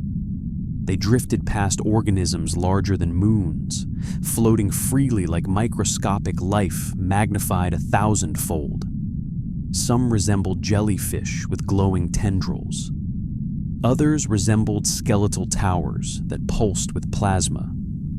Some were alive only metaphorically, part of the environment itself, like cells inside a living cosmos. Then the lantern rings vibrated with synchronized alarm. The megacube had entered fluidic space, not through the same tier. Through multiple tiers, simultaneous, ripping into the dimension at several coordinates like claws forcing entry into flesh. The rips bled cosmic fluid, reacting painfully like a body punctured by infection. The Borg were invading fluidic space aggressively. Lanterns watched in horror as multiple mini-cubes followed the mega-cube through the breaches. Instead of being dissolved by the dimension, they adapted instantly, coating themselves in living nanofibers drawn from the wounds they created. They were patching fluidic material onto themselves, converting defense into armor. The Borg were building organic assimilation suits. They were learning faster. The 8472 survivor pulsed with anguish. It transmitted not words, but instinct. It demanded the lanterns and Starfleet retreat deeper. The megacube was still adapting. It had not fully understood how fluidic space worked. But if it learned, this dimension would fall. And unlike ordinary space, if fluidic space fell, its entire reality would collapse inward, possibly swallowing whole sectors of normal space with it. The captain whispered softly, "This isn't a battlefield. It's a living body. If it dies, we die." The lantern commander nodded. "Then we do not fight it head on. We let it make mistakes. We let it learn the wrong lessons." The rings glowed with a plan. Not victory, sabotage, corruption of understanding, a cancer of false logic. The starship crew understood the implication. They would feed the Borg a poisoned philosophy of will. They would let them build their own failure. The commander turned, eyes sharp, voice clear through every ring. Let the Borg believe will is reactive, not creative. Let them think imagination is weakness. Let them think emotion overwhelms power instead of driving it. They will build themselves into a dead end. The captain added one final refinement. And when their evolution collapses, we strike with something true. Once. But timing mattered. One mistake here could kill them all. Fluidic space trembled violently as the Borg spread. A pulse of consciousness echoed through the dimension, not from the organisms, not from the living environment, from the space itself. It recognized invaders. It sensed infection. Something ancient stirred in response, deeper than any species living here. Lantern rings trembled in the presence of this new awareness. The dimension itself was reacting. The battlefield had begun to awaken. Fluidic space shuddered with a low vibration, like the groan of an ancient creature roused from injury. The very dimension rippled, not with panic, but with immune response. Lantern rings registered it not as an attack, but as a warning. The environment was preparing to purge infection. It was about to react to the Borg intrusion the way a body reacts to a virus. The megacube did not notice. It spread deeper into the folds of the dimension, absorbing particles, adapting armor, learning how to survive inside a hostile mindscape. Several mini-cubes followed it, scanning the tissue-like space, attempting to map emotions as physical structures. They believed they were studying. In truth, they were stimulating a defense mechanism. Lanterns hovered silently, observing the Borg adapt in all the wrong ways. The sabotage had already begun.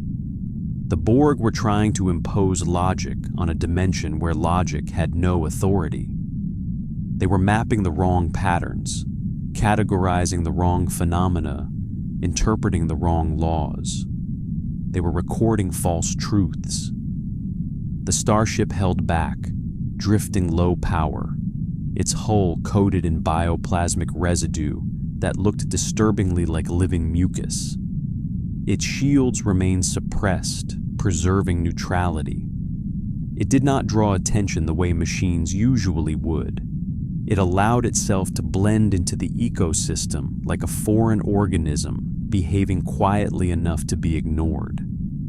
The survivorship of species 8472 pulsed with guidance, providing instinctive direction rather than precise navigation. Its signals were emotional, not technical. It urged them toward trenches of dense biological field, areas where dimensional consciousness thickened like bone marrow. Lanterns followed with careful restraint, their rings adjusting to the current of thought running beneath space. The starship's captain watched the megacube in silence on the main viewer. She whispered an observation, more for the record than for reassurance.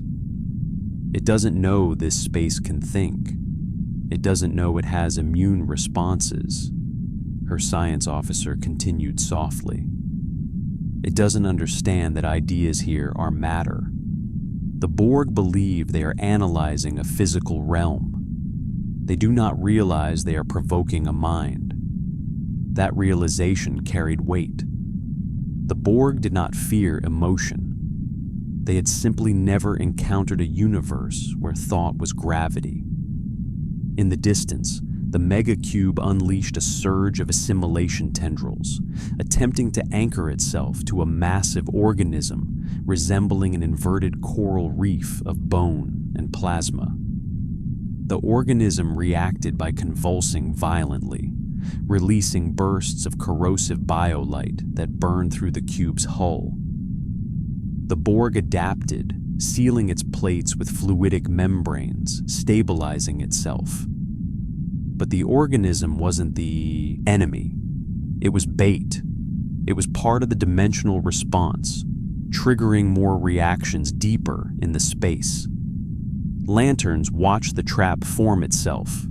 Fluidic space wasn't intelligent in the conventional sense. It wasn't emotional. It was biological logic on a scale the Borg could never fully assimilate. It did not differentiate between invaders and weapons. It responded to disruption with counter-disruption. And now, the Borg were activating stronger reactions by attempting to assimilate pieces of it. An enormous shadow moved beneath them, like a whale beneath ice. The space bent around it. Lanterns felt pressure, not physical, but conceptual, like an idea shifting under their thoughts. They didn't dare imagine anything too strongly. A stray emotion could invite attention. Kilowog muttered, careful not to think too loudly. That thing's bigger than a moon, and it's thinking about us, the Lantern Commander whispered without emotion. Then don't think back. The shadow drifted on, ignoring them, but it pressed toward the Borg. The megacube responded by emitting wide mesh assimilation waves. It believed it was under threat from a biological entity. Instead, it was attacking a curvature of space, an immune cell of the dimension. The attack only deepened the rift, inviting more immune response. Now, fluidic space rippled like an enormous tide. Massive organisms, some resembling tendrils, some resembling elongated crystalline worms, swarmed toward the Borg. The megacube responded by absorbing their biology, adding more organic plating. It was evolving incorrectly. Lantern rings pulsed in muted triumph. The sabotage was working. They had corrupted Borg understanding so deeply that the megacube was accelerating its own downfall. It was turning into a creature that would be rejected by both dimensions. But the Lantern Commander did not celebrate. Sabotage alone wasn't victory. The Borg were still adapting. They were becoming more resistant. They were surviving the immune response. They were learning how to endure the attacks. And as they endured, they were learning concepts from fluidic space itself. That meant they could learn how to survive in the mind of willpower. The longer the Borg survived here, the deadlier they would become once they left. The captain realized the consequence first. We cannot outlast them here. They will adapt faster than we can mislead them. The science officer nodded grimly. We need a decisive strike. Before they understand fluidic adaptation, Lanterns understood. The third strategy, the secret weapon, the star cannon array. But could it work here? The Lantern Commander raised his ring and addressed the Guardians through subspace relay. For a brief moment, their ghostly figures appeared, flickering as if the dimension resisted their presence.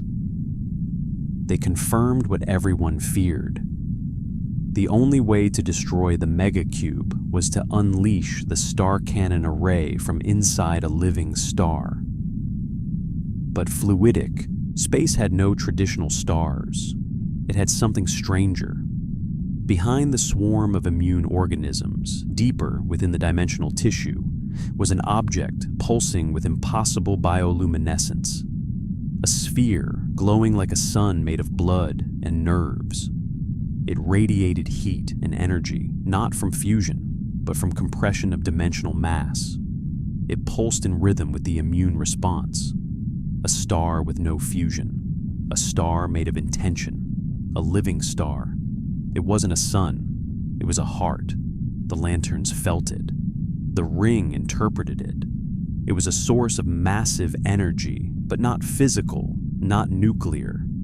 It was the center of this dimension's immune system. If they fired the star cannon array using that heart as focus, they would unleash the strongest strike their core could generate, enough to obliterate the megacube, the mini-cubes, and every alien plank of organic Borg evolution. But the cost would be unimaginable. The ring whispered the truth. The cannon would drain every lantern. The heart would recoil. Fluidic space itself might eject them or destroy them. The starship crew felt the weight of choice settle over them. If they didn't strike now, the Borg would learn how to survive here, and no dimension, not even their own, would be safe.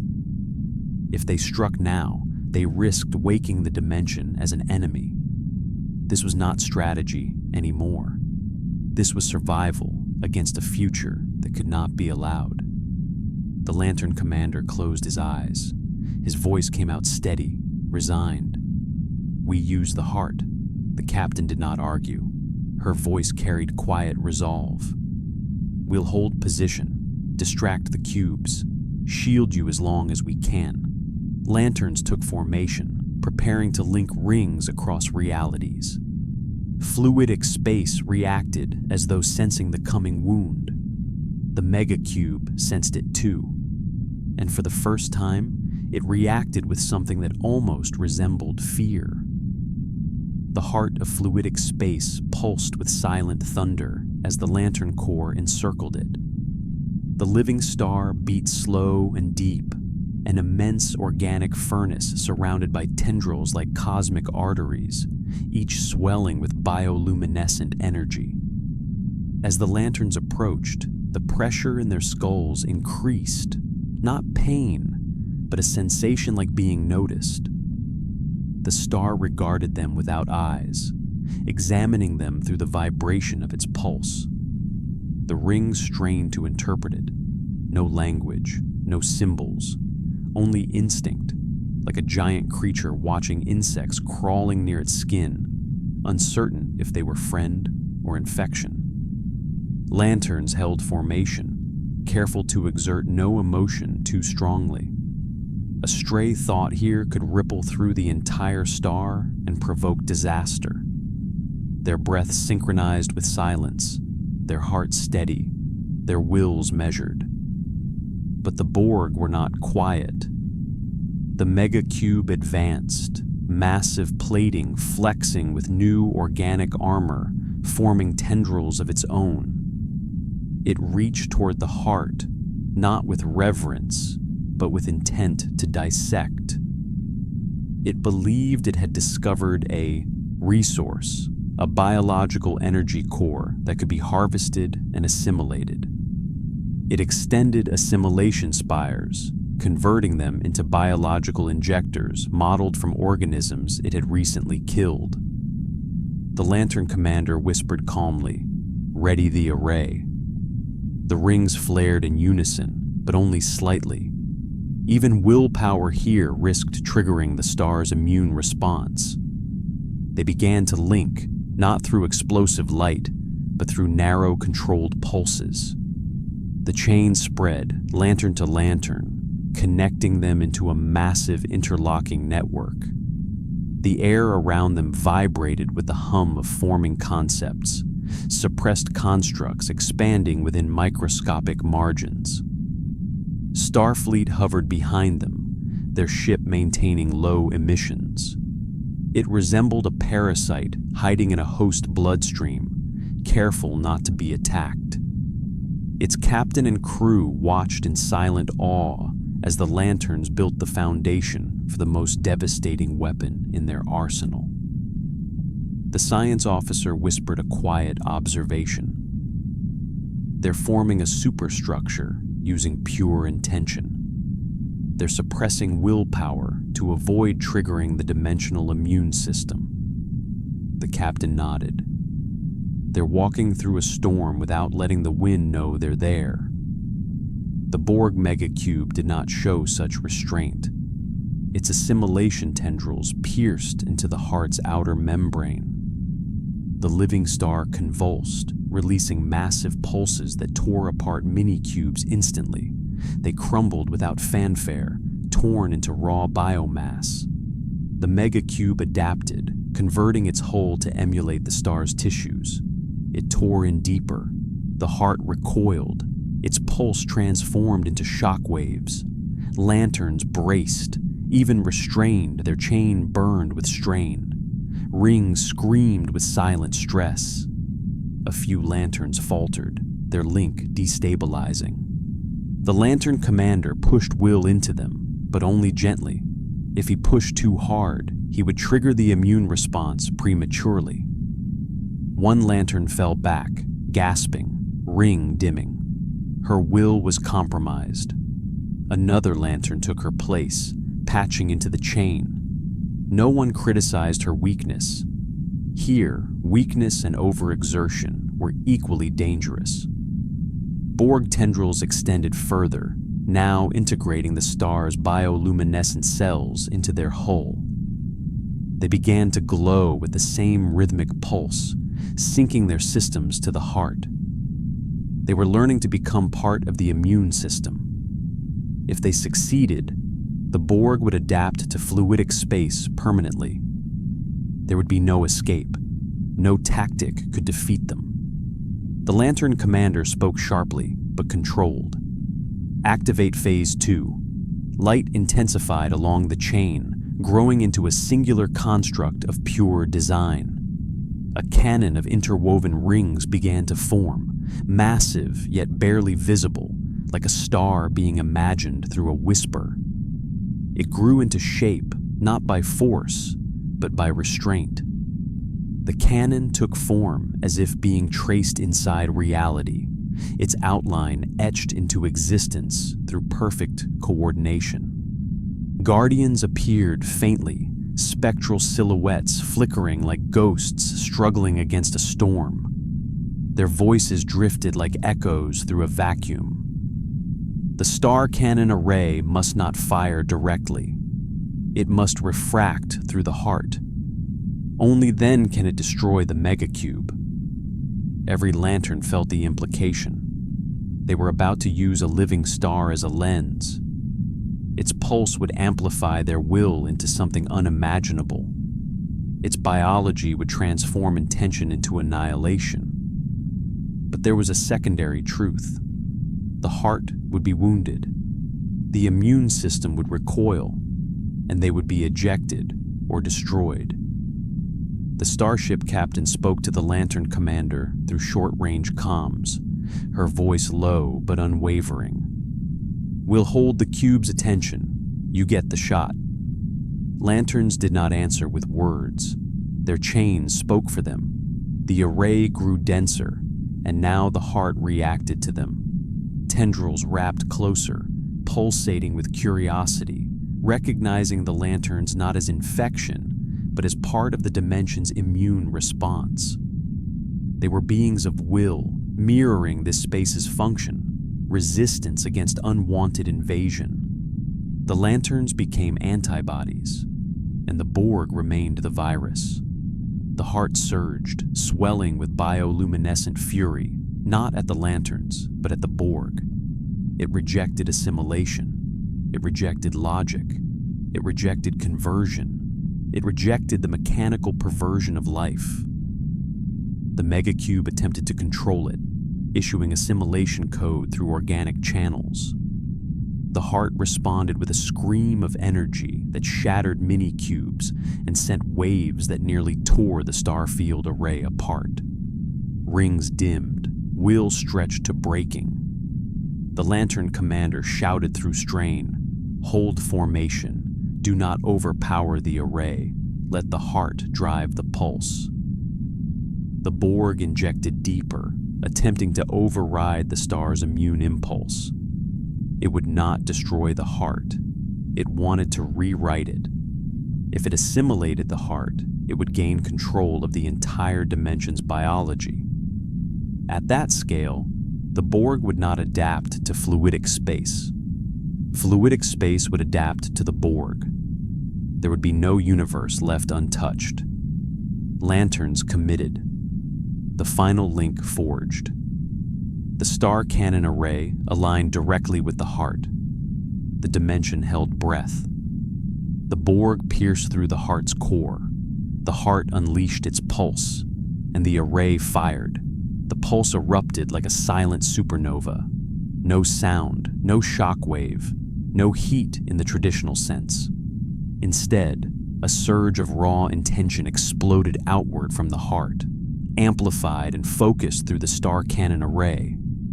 It was not a beam of light.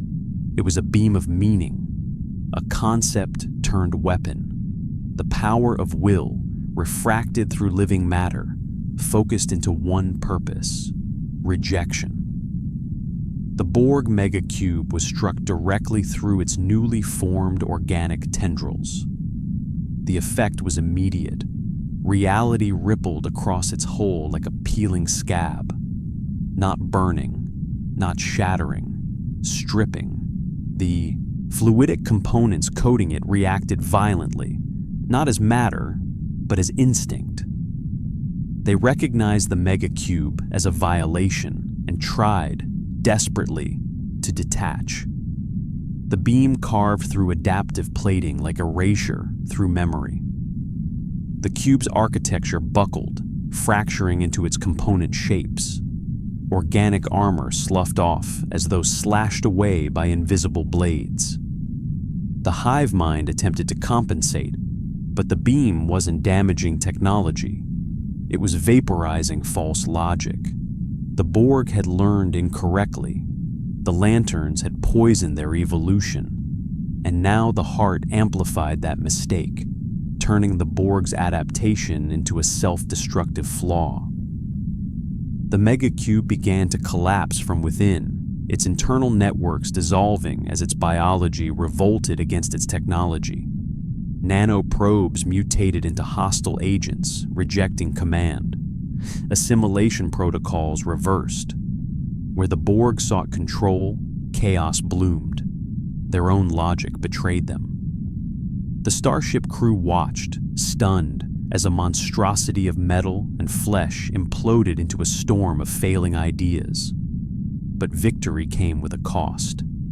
The heart's pulse did not stop. It did not release the Lanterns gently. Its immune reaction had been triggered too deeply. The star cannon array had wounded the dimension. The heart now saw the Lanterns as dangerous, not allies.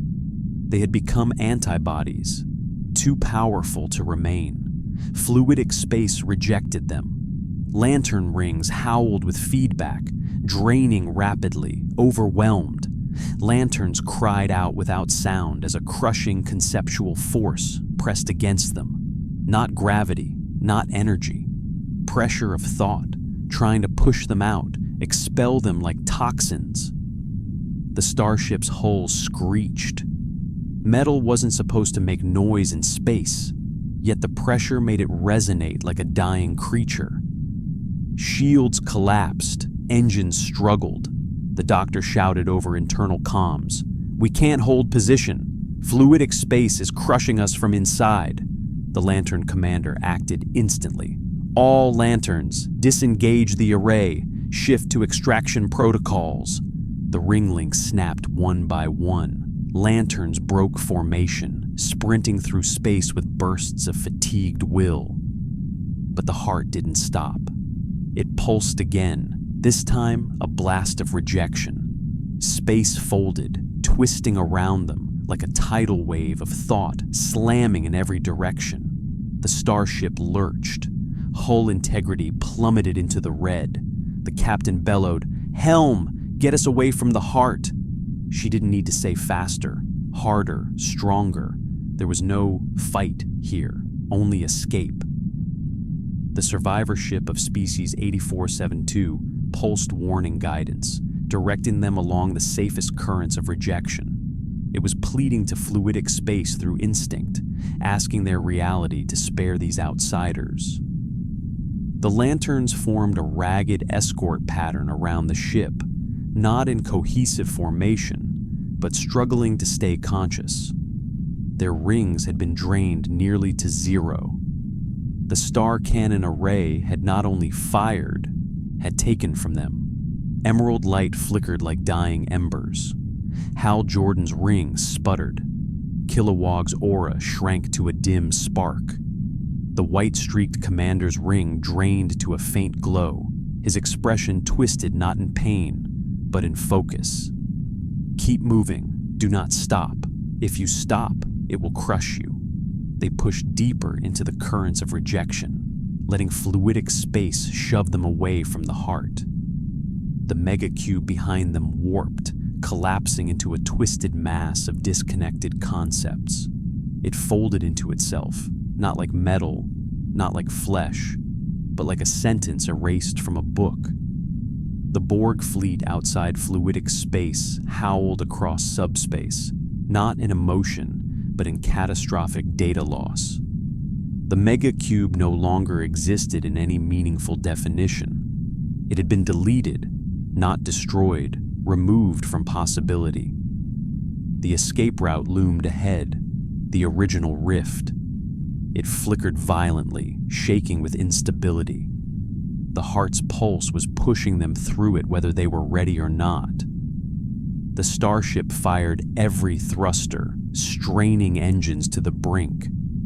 Lanterns drew on the last drops of willpower, forming thin trails of emerald light to stabilize the ship's trajectory.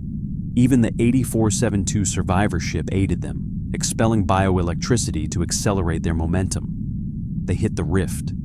The world exploded into white. For one terrifying second, nothing existed. No light, no space, no thought. Then they were out. The starship spun wildly into normal space, dragging lanterns and the injured survivor with it. Alarms screamed across the bridge. Sparks erupted from panels. Lanterns collapsed, rings fading to exhausted silence. The rift behind them snapped shut like a slammed door, sealing the dimension in self-repair. And in that instant, the universe grew quiet. No megacube, no swarm, no immediate pursuit, only drifting bodies, dim rings, a silent starship, and a survivor from species 8472, still alive, no longer fleeing. The captain sank into her chair, exhaling like a diver breaching for air after nearly drowning. "Status report." Her tactical officer spoke through ragged breath. Lantern signatures minimal. Rings drained. Ship alive. Barely. The doctor reported. Lanterns unconscious but stable. The rings are protecting them from mental exhaustion. The 8472 ship pulsed weak gratitude. Lanterns floated silently. The starship flickered with fading power. The war was not over, but the tide had shifted. They had wounded the Borg in a way nothing had before, not by force, by corrupting their evolution. The Lantern commander stirred weakly, eyes opening with effort. He whispered the truth no one else dared speak. They'll return, they'll adapt, but now they will fear imagination. He smiled wearily. And that makes us stronger than ever. Normal space felt wrong after the living pressure of fluidic reality. The stars seemed static, distant, silent. The lanterns floated in recovery formation, drifting like dim embers. Their rings glowed faintly, barely alive, yet still shielding their users. The starship held position at low power, systems flickering back online piece by piece. A nearby star cast pale light across the battered survivors from 2 universes. For several minutes, no one spoke. Silence became the only honest reaction. They had escaped death, but the emotional and metaphysical cost lingered like a phantom ache. Lanterns did not breathe hard. They didn't need to, but their minds throbbed with exhaustion deeper than physical fatigue. Their rings had poured too much belief into the star cannon array. They were drained not only of power, but of the strength to imagine. The captain eventually broke the quiet, her voice soft but steady. Begin full diagnostics. Prioritize life support and hull integrity. Reserve engine power, and notify Starfleet Command. No details yet, only this message. We survived contact. The Borg have evolved. Her communications officer worked quietly, hands trembling but precise. The message went out, short and stark, disappearing into the subspace currents like a warning flare cast into night ocean. The 8472 survivor drifted beside them, no longer panicking, no longer radiating fear. It pulsed faint gratitude, low, warm, cautious. Lantern rings translated the feeling into something like language, a sense of appreciation, a recognition of mutual threat. It did not thank them as individuals. Its emotion thanked the act of partnership itself. The Lantern commander stirred, pushing through exhaustion. He floated toward the alien ship, not projecting thought, simply letting his ring translate neutrality. The creature responded by lowering bioplasmic defenses, opening a mild membrane fissure along its surface. It offered access, not inside its body, but to its memory stream. The captain raised an eyebrow. Are we being invited? The science officer studied the biological fluctuation on the sensor readout. It's not an invitation in the way we understand. It's letting us borrow instinct. It's sharing what it knows of the threat. The Lantern commander nodded. Then we learn. He signaled one of the less drained lanterns to connect with the membrane. A tendril of emerald light extended gently from a weakened ring, linking with the alien's bioluminescent surface. Data surged, not as information, but as intuition. The ring translated instinctive memory into images and impressions. Species 8472 did not analyze threats. It remembered them viscerally. What they saw was unsettling. A megacube only partly built. It was one of many designs. Fluidic space was not the only dimension the Borg had probed. They had tested emotional domains across several universes. They had found places where thought affected matter. They had begun experimenting with powers beyond logic. They were searching for ways to weaponize belief, fear, unity, symbolism. They were not evolving for strength alone. They were evolving for ideology. Willpower was only one discovery. Rage, hope, desire. These were emotional spectra the Borg could learn from if given access. The ring translated a deeper meaning from the alien instinct. You are not their final target. Lantern stiffened. Starfleet watched the visions in horrified silence. The 8472 ship pulsed again, transmitting a final image. The Borg were building constructs of emotion without rings. They were forging structures of symbolic function, hives that generate will, towers that broadcast fear, engines powered by instinct. If they ever perfected one, they wouldn't need lantern rings at all. They would become a hive of thought, able to subjugate entire civilizations, not by machines, but by beliefs. After the transfer ended, the membrane sealed with a faint ripple. The alien drifted back, exhausted. It had given them more than information. It had given them warning. Lanterns floated quietly, weighing the implications. For the first time, they truly understood what the Borg wanted. Not control of individuals, not assimilation of flesh, not conquest of technology. They wanted to render emotion obsolete. They wanted to control concepts. The Lantern commander looked toward the starship captain. The rings dimly translated his thought, turning it into words so he didn't have to expend the will to speak loudly. If they learn emotional energy better than we understand it, they will build a hive from ideas, not bodies.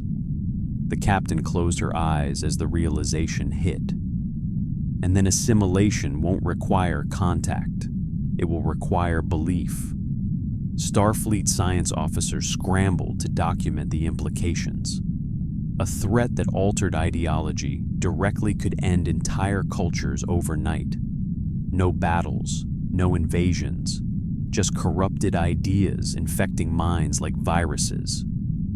The Borg weren't looking to conquer the Federation. They were looking to overwrite the concept of freedom. The starship's helmsman whispered, fearful but awestruck. "That's not war. That's extinction of identity." The Lantern commander nodded grimly. "Which means we were never their real enemy. We are just the first doorway they found."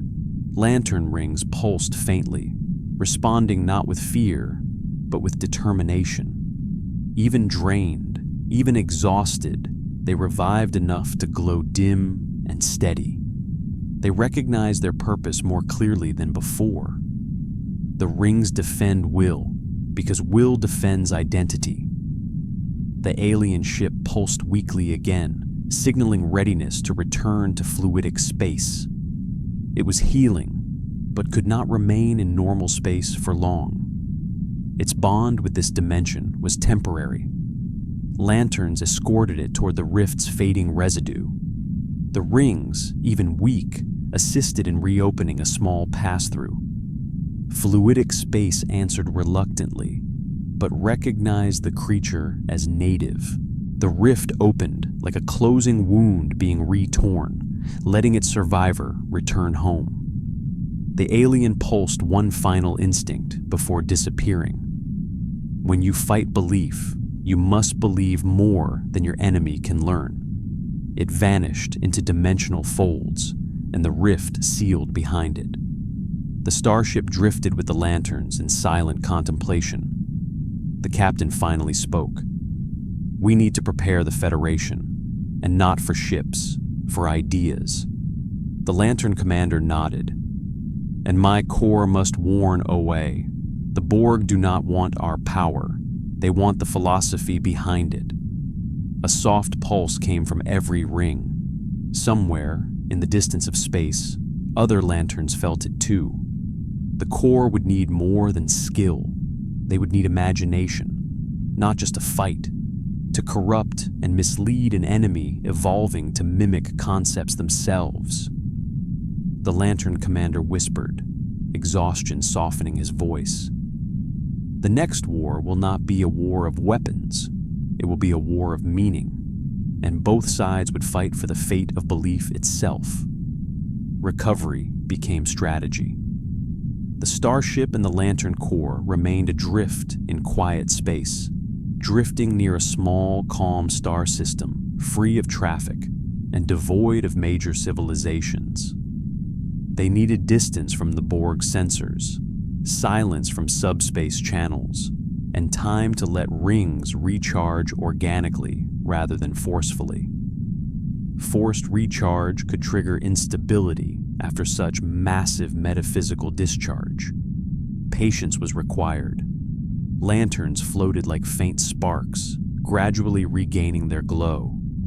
The starship worked on minimal power, restoring shields, folding away damaged hull plates, and repairing its internal systems. The captain walked the bridge floor slowly, as though pacing might restore her sense of control.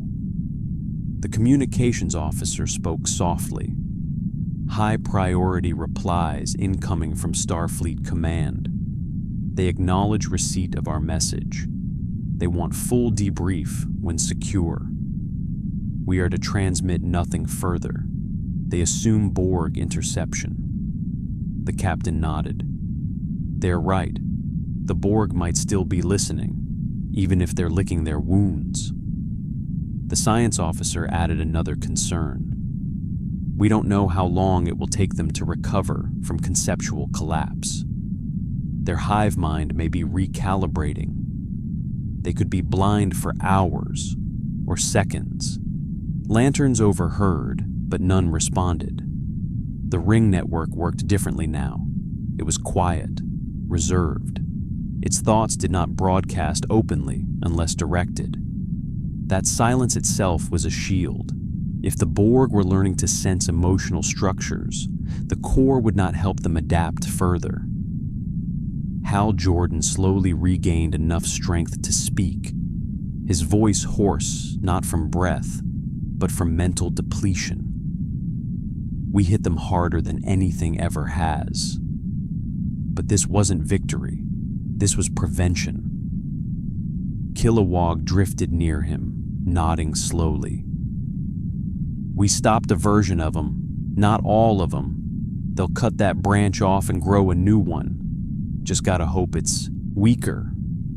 The Lantern commander finally spoke, his tone heavy yet focused. It will be weaker, for now. But they'll seek new emotional structures to replace what they lost. They tasted will, but they'll retreat from it briefly. Now they'll try something else, something they believe is easier to understand. Emotion without imagination. The starship's doctor, usually removed from strategic discussions, asked the obvious question. What emotion can exist without imagination?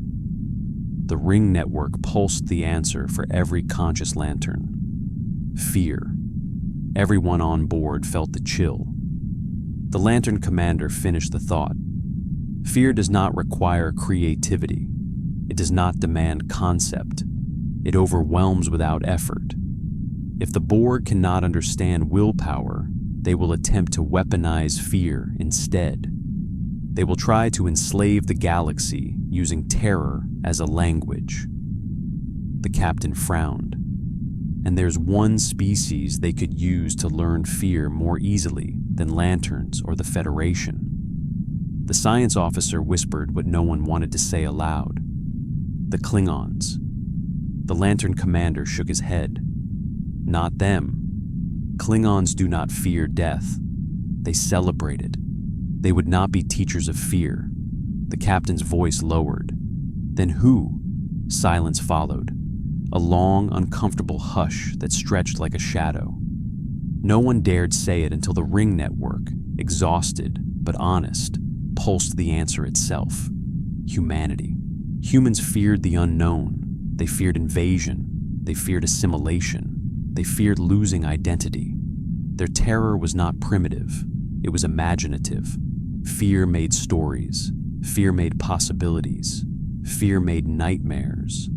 The Borg would not learn fear from a warrior species. They would learn it from the ones who feared what they could not fight. Humans would teach the Borg how fear governs choices. The captain stood utterly still. So their next target could be us. The Lantern commander closed his eyes. Not could. Will. They will come. And they will not threaten with assimilation first.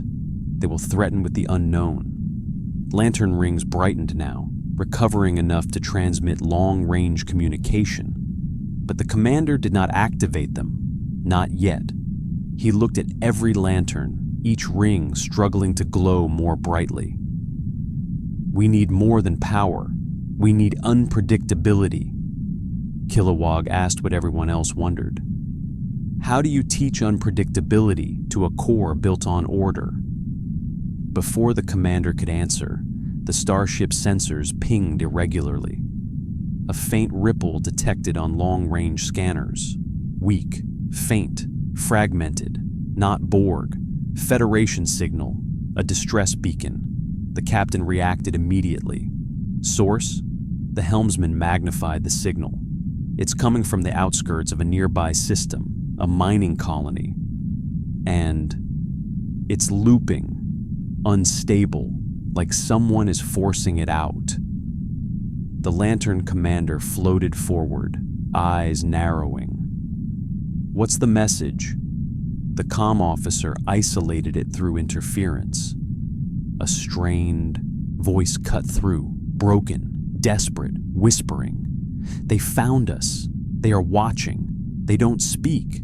They don't chase. They just observe. The beacon stuttered, then silence. The ship's bridge waited for static. None came. The beacon had stopped intentionally. The captain turned to the Lantern commander. If this is a Borg experiment, it could be psychological reconnaissance. He nodded. They're trying to provoke fear locally, study human reaction from afar. Hal Jordan shook his head sharply. They're experimenting with terror before they weaponize it. Kilowog grunted, using people like lab rats. The Lantern commander's eyes hardened. We can't let that happen, the captain agreed. But we can't intimidate them with force. If we attack with fear, we teach them fear. We show them how it works, the doctor whispered. Then how do we protect the colony without teaching the Borg the wrong lesson? The Lantern commander's ring pulsed softly, as though waking from exhaustion with clarity. We protect without terrifying. We rescue without threat. We show courage without inspiration. The bridge crew stared at him, confused. Courage without inspiration? What does that even look like? Kilowog scratched his head. That sounds like courage without emotion. The commander nodded. Yes, we rescue with neutrality. We act without fear, but also without glory, without symbolism, without spectacle. The starship crew exchanged bewildered looks. The commander realized he had to simplify it. We save them without giving the Borg anything to study. Hal Jordan floated upright. No constructs shaped like weapons. No dramatic displays. Just do the job, quietly. The commander nodded. Quiet rescue. No philosophy to steal. The captain straightened. Then let's move. The starship powered engines. Lanterns dimmed their rings to low glow. Together, they turned toward the colony. There was no triumph in their movement. No speeches. No rallying will. Just the cold, steady discipline of saving lives without showing how.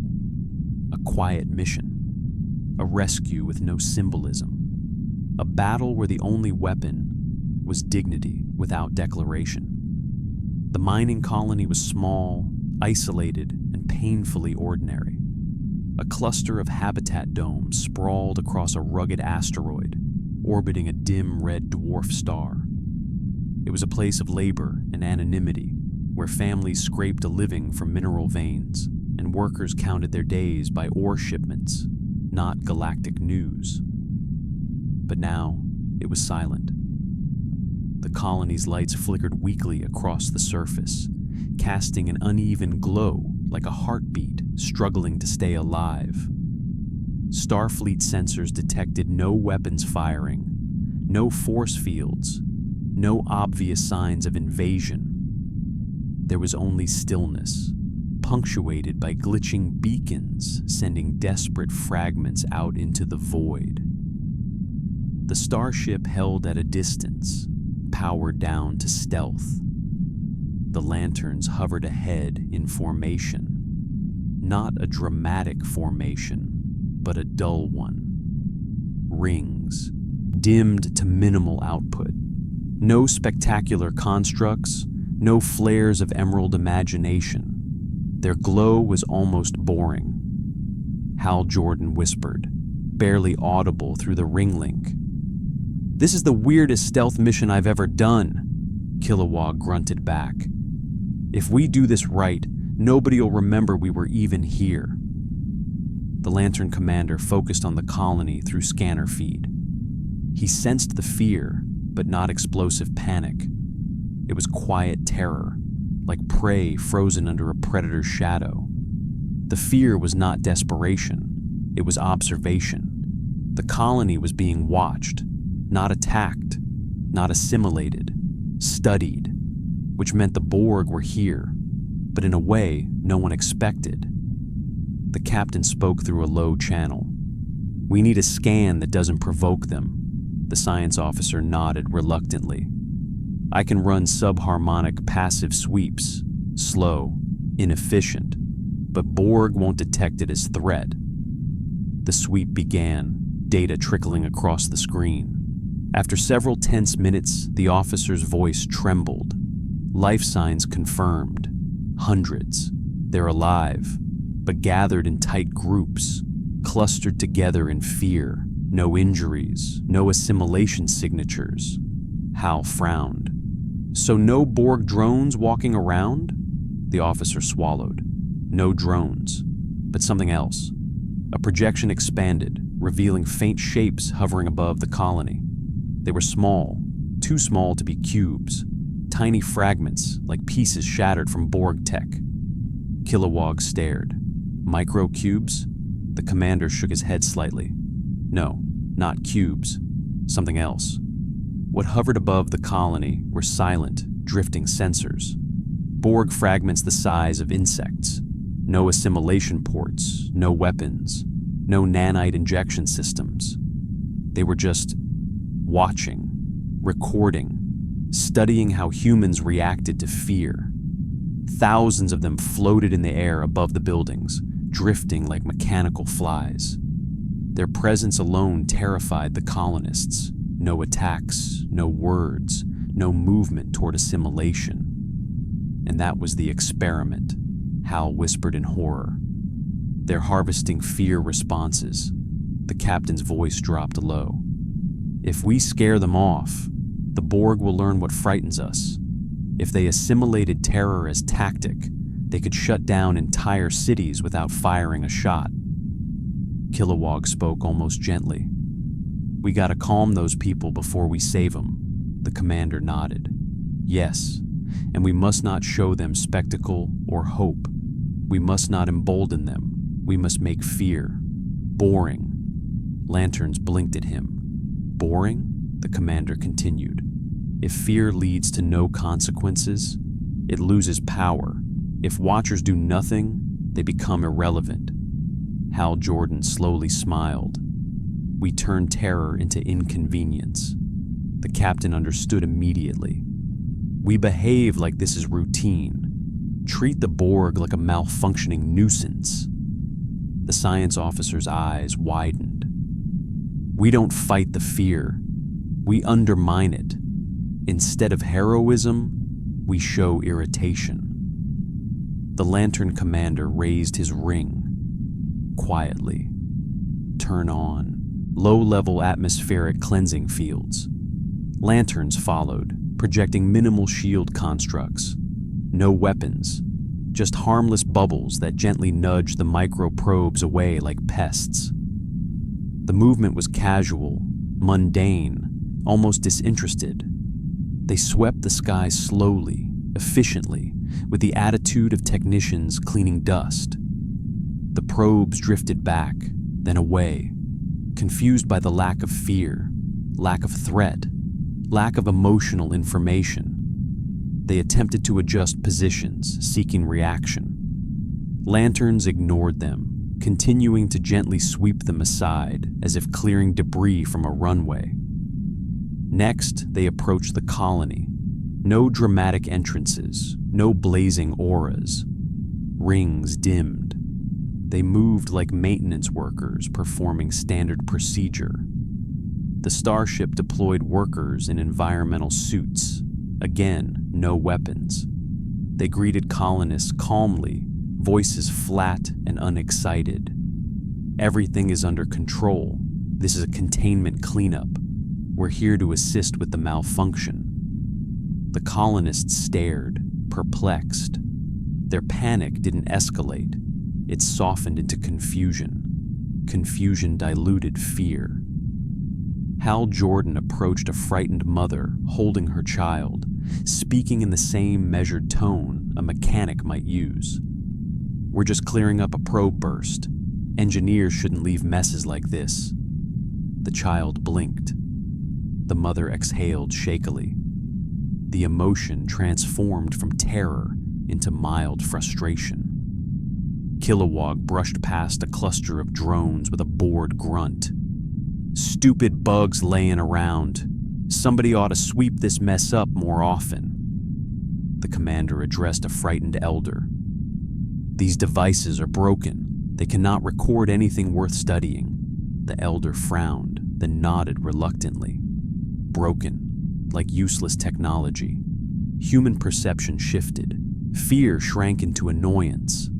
The Borg learned nothing from annoyance. The micro-probes drifted farther away. They attempted to provoke reaction. Lanterns ignored them. Starfleet ignored them. The colonists slowly began to ignore them, and the Borg withdrew.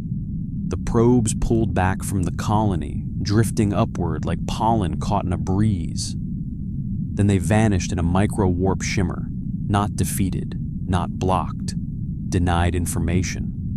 Hal Jordan asked quietly, "Did we just save these people by underreacting?" The commander nodded. "Deny knowledge, deny spectacle, deny meaning." Kilowog chuckled softly. "That's gotta be the least fun war I've ever fought." The captain stepped forward, speaking to the colonists. "The threat has passed. There is no invasion. You are safe. Remain calm. Return to routine. Nothing here deserves fear." The colonists slowly dispersed, confused but relieved. They were alive, not because of power, but because their fear had been refused as currency. Later, as lanterns and Starfleet regrouped, the commander floated near the captain. "We won without willpower and without fear." The captain nodded thoughtfully. "The Borg study extremes. If we become unremarkable, we starve them," the science officer added. "But the more we deny them insight, the more they'll seek new emotional languages." Hal frowned. "So what happens next?" The commander stared into the stars. Next, they tried to learn hope. They left the mining colony behind with no celebration, no relief speeches, no declarations of victory. The Federation vessel and the Lantern Corps drifted away in silence, leaving the people to return to ordinary work and quiet lives. The rescue was so understated that most of the colonists would remember it as a strange malfunction, not a Borg experiment or a heroic intervention. A low-impact memory. That was the goal. As the starship accelerated to cruising speed, the captain sat in her chair, expression tight with thought. Her bridge was calm, but the air carried a heavy question underneath every movement. They had prevented the Borg from learning fear in its powerful form. They had denied spectacle. They had starved terror. But the Borg would adapt. They had tasted will. They had failed. They had tasted fear. They had failed. Their next pursuit would be something harder to deny. Hope. Lanterns gathered in a dimmed cargo bay, converted to a temporary infirmary for their weakened bodies. Hal Jordan lay against a support beam, staring up at the ceiling. He spoke softly, as though raising his voice might drain him again. "We can't hide hope the way we hide fear. People don't notice fear going away, but you can't make them stop hoping for help." Kilowog rumbled nearby, sitting cross-legged with his ring resting against his knee like a sleeping pet. "Yeah, you can't pretend inspiration ain't there. Folks see help, they get ideas. You can't tell them not to feel it." One of the younger lanterns chimed in, voice shaky. "Even us, we're hope, just existing. The core inspires people. The Borg will see that sooner or later. Lanterns exchanged uneasy glances. The rings grew slightly brighter as they recovered. Hope was built into the core whether they embraced it or not. They didn't choose to symbolize confidence. They became it just by showing up. The commander floated a little straighter. Our enemy learns ideas, so if they learn hope, we must make sure they learn the wrong version. Hal frowned. How do you teach someone hope incorrectly? Before anyone could attempt an answer, the ship shook gently. Not an attack, a transmission, a message coming across long-range channels. Starfleet encryption, unclear origin. The communications officer routed it through multiple decoders. It stabilized. A voice spoke through static. This is Commander Rayach of the Andorian Imperial Fleet. We require assistance. Repeat, urgent request. We are being shadowed. No hostile contact. No demands. They match our warp. They watch us. We do not know why. The captain stiffened. The Lantern commander closed his eyes. The Borg had found their next test subject. Andorians. A warrior culture. Disciplined. Proud. Courageous. And extremely dependent on honor. Hope meant something different to them. It wasn't an emotional aspiration. It was expectation of victory, of dignity, of standing unbroken. Hope for Andorians wasn't warm. It was cold, firm, sharpened into certainty. If the Borg learned that hope, they could reshape it into indoctrination. Hal muttered, "They're testing species like languages." Kilowog bared his teeth, looking for the easiest one to speak.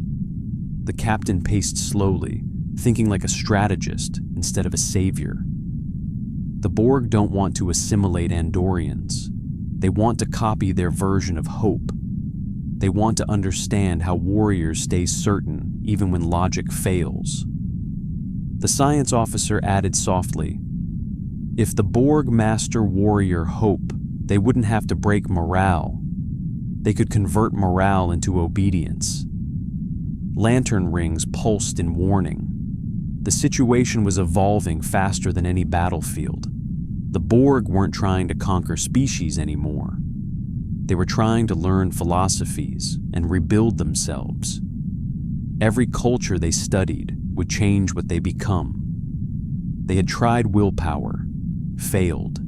They had tried fear, failed. Now they were hunting hope. The commander rose fully, emerald light steady even in exhaustion. "We cannot deny hope as we denied fear.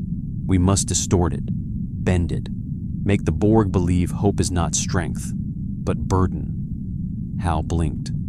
"A burden?" The commander nodded. "Yes. Let them believe hope breaks people. Let them think it slows decisions, clouds judgment, makes species foolish and vulnerable." Kilowog grinned. "So instead of showing them hope makes us strong, we make hope look like it gets in the way." The captain folded her arms. "We have to behave like hope is an obstacle, like it interferes. We must rescue the Andorians reluctantly." Hal exhaled. "We act like hope is annoying." The young Lantern tried to make sense of it. "So we don't remove hope. We make it look weak?" The commander corrected him with a calm voice. "We make it look inconvenient." The bridge crew exchanged incredulous glances. This war was becoming stranger by the hour. The enemy wasn't adapting bodies anymore. It was adapting ideas. And the Lantern Corps weren't fighting with explosions. They were fighting with nuance. The starship set course for the distress signal. Engines engaged smoothly, but tension infected every corner of the ship like a quiet vibration. Lanterns rose, rings barely glowing, but ready. No bright constructs, no inspiring speeches, no heroic rescue. The Borg were listening for inspiration. so they would give them bureaucracy. The Andorian fleet appeared on sensors, strong, armed, frustrated. Their ship stood defensively, surrounded by a cloud of silent Borg observers, fragment drones, not attacking, only hovering like judges in a courtroom. The captain opened comms. "This is Starfleet. We are here to assist." Commander Rayok appeared instantly, antennae stiff with controlled anger. "About time. These things stalk us like scavengers. They test our response, waiting to see how we react, then mirror it." The Lantern commander floated into view, his tone neutral, unimpressed. "We'll handle it. It's an extremely dull task." The Andorian stared in confusion. "Dull?" The captain nodded. "Yes, very tedious. Annoying, really. Stay calm.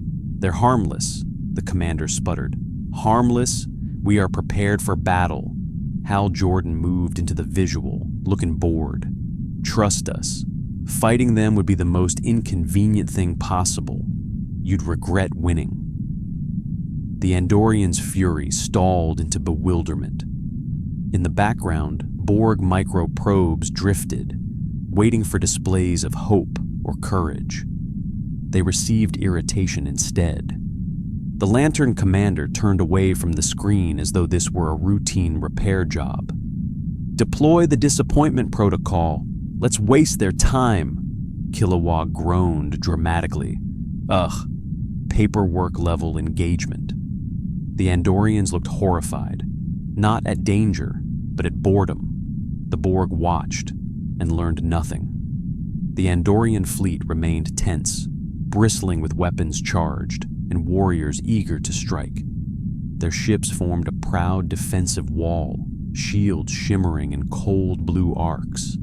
Yet nothing attacked them.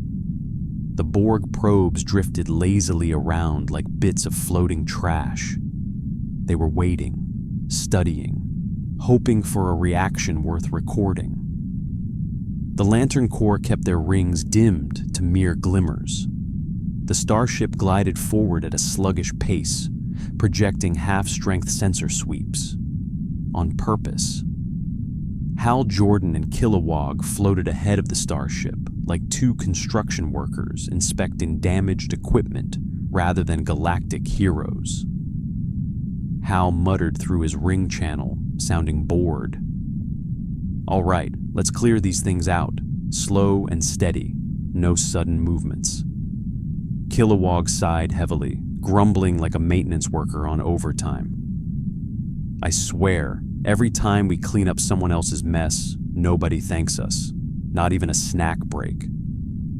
They swatted the probes aside using uninspired, shapeless constructs. Basic rounded panels, uninspired wedges, flat planes that lacked imagination. They kept their wills neutral. No curves, no flair. Everything looked mass-produced, impersonal.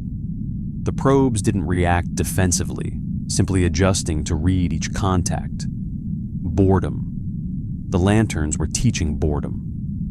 Andorians watched in baffled silence. Commander Rayok turned to his tactical officer, antennae twitching erratically. "Are they cleaning them?" The tactical officer stared, bewildered. With disinterest? Rayok's voice rose in disbelief. "They're insulting the battlefield," the captain's voice transmitted smoothly to Rayok's bridge. "Please refrain from interpreting this as war. It's a dysfunctional surveillance network, posing as a threat. It must be treated as a nuisance, not an opponent." The Andorian commander sputtered. "But that violates every principle of battle etiquette," the captain calmly replied. "That's the point. Because if the Borg were searching for hope as a weapon, they needed to see hope as troublesome, not empowering, not inspiring, just inconvenient. Something that caused frustration, delays, miscommunication, unrealistic expectations. A complication. Lantern rings reinforced dull constructs. No elegant shields, no inspired light. They cleared space like janitors scraping grime from windows. A young lantern accidentally formed a spear shape, instinctively making it sleek and impressive. Immediately, the commander snapped quietly through ring channel. Stop. Too much style. The young lantern flushed with embarrassment and instantly reshaped it into a rectangle. Boring, awkward, inefficient. Perfect. The Borg probes paused, uncertain how to adapt to unimpressive hope. It wasn't strong enough to study. It wasn't weak enough to exploit. It was inconsequential. They drifted farther. Andorians shifted uncomfortably. Their pride had no place here. They were accustomed to glory in battle, honor in combat, death in splendor. But this wasn't battle. This was annoyance wearing the uniform of strategy. Ryach couldn't take it anymore. "Starfleet! This is dishonorable warfare!" The captain responded with zero dramatic energy. "Then we are winning." The Andorian froze, not intellectually stunned, emotionally stunned. Because deep down, even warriors feared irrelevance more than death. And that fear could not be exploited if it was never triggered. Lanterns continued their dull clearing operation. The probes floated away, uninterested, unable to process value from uninspiring hope. Slowly, they warped out one by one, abandoning the experiment entirely. The Andorian fleet watched the Borg disappear with no ceremony, no final confrontation, no climax, just disinterest. For the first time in hours, there were no observers. The tactical channels lit up with relief. Commander Ryach finally exhaled, his antennae drooping with frustrated anticlimax.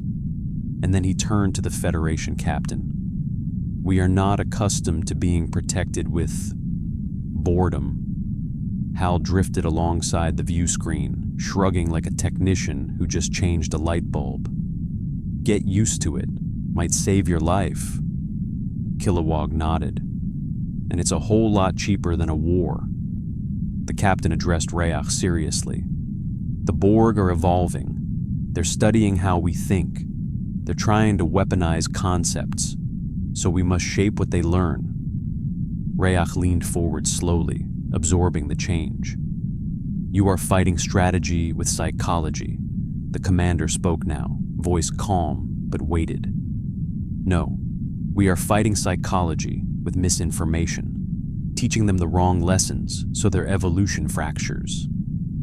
Ryach's eyes widened with understanding. "You're corrupting their education." The Lantern commander nodded once. "Exactly." The Andorian's pride softened. Not broken, but enlightened. He gave a respectful nod. "Then we owe you something beyond thanks." The commander shook his head tiredly. "No monuments, no gratitude. Stay unremarkable about this." Ryach blinked, then understood. "If the Borg hear of this victory, they will investigate." The captain smiled faintly. "And boredom has no witnesses." The Andorian fleet powered down weapons, drifting into formation. The danger had passed. No shots fired. No warriors lost. Yet it was one of the most effective battles in galactic history. The Lantern Corps prepared to depart. Their rings glowed a little brighter now, recovering slowly from exhaustion. Hal asked a quiet question through the ring channel. "So what now? We wait for the Borg to study another idea?" The commander shook his head. "No. Now they strike back. They will test their flawed interpretations, and that means we must prepare for their mistake." Kilowog frowned. "What mistake?" The commander gazed into the stars. "The Borg think will is unpredictable. They think fear can be meaningless. They think hope is inefficient. So their next move will be based on misunderstanding." The captain turned toward him. "And what misunderstanding is that?" The commander's ring pulsed dark and low, They will underestimate compassion.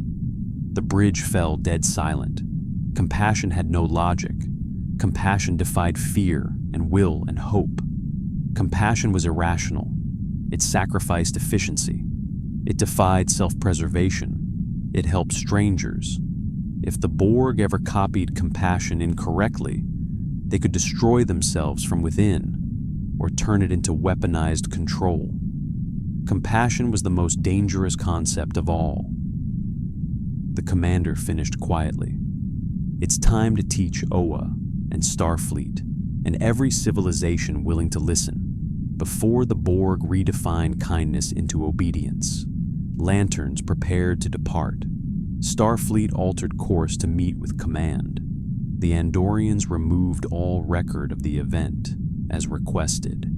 The galaxy grew still, because the war for meaning had only just begun. Starfleet and the Lantern Corps set a course away from the colonial systems and Andorian patrol routes, leaving behind a trail of secrecy. No headlines, no shared reports, no heroic broadcasts.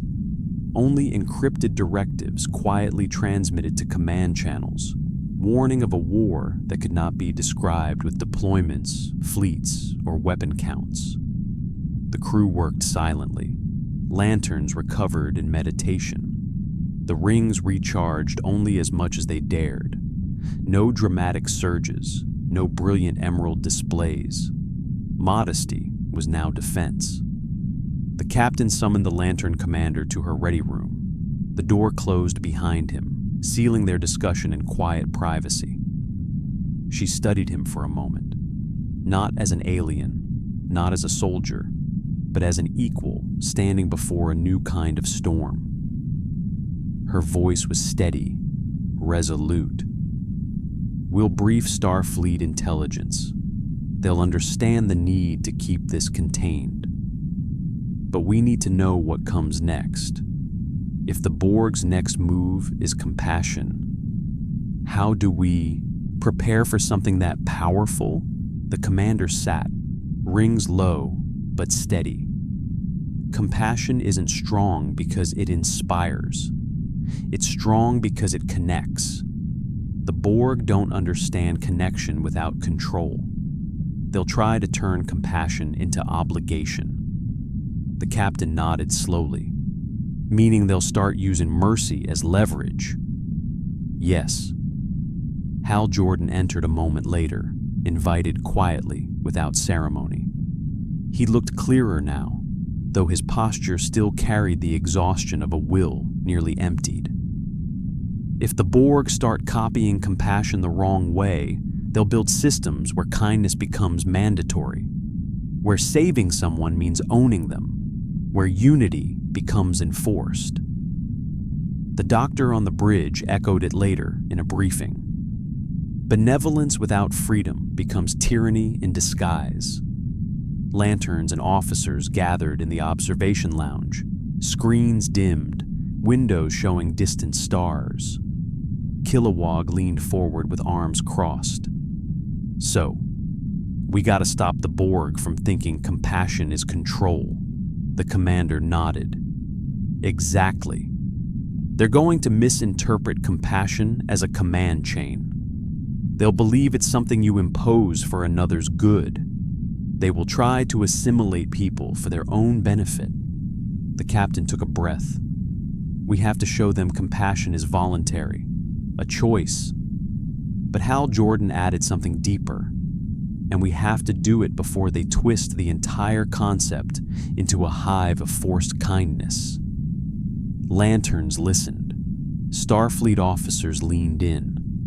The galaxy suddenly felt smaller, not because it was shrinking, but because an idea was becoming a weapon, and compassion was the only thing that could disarm it.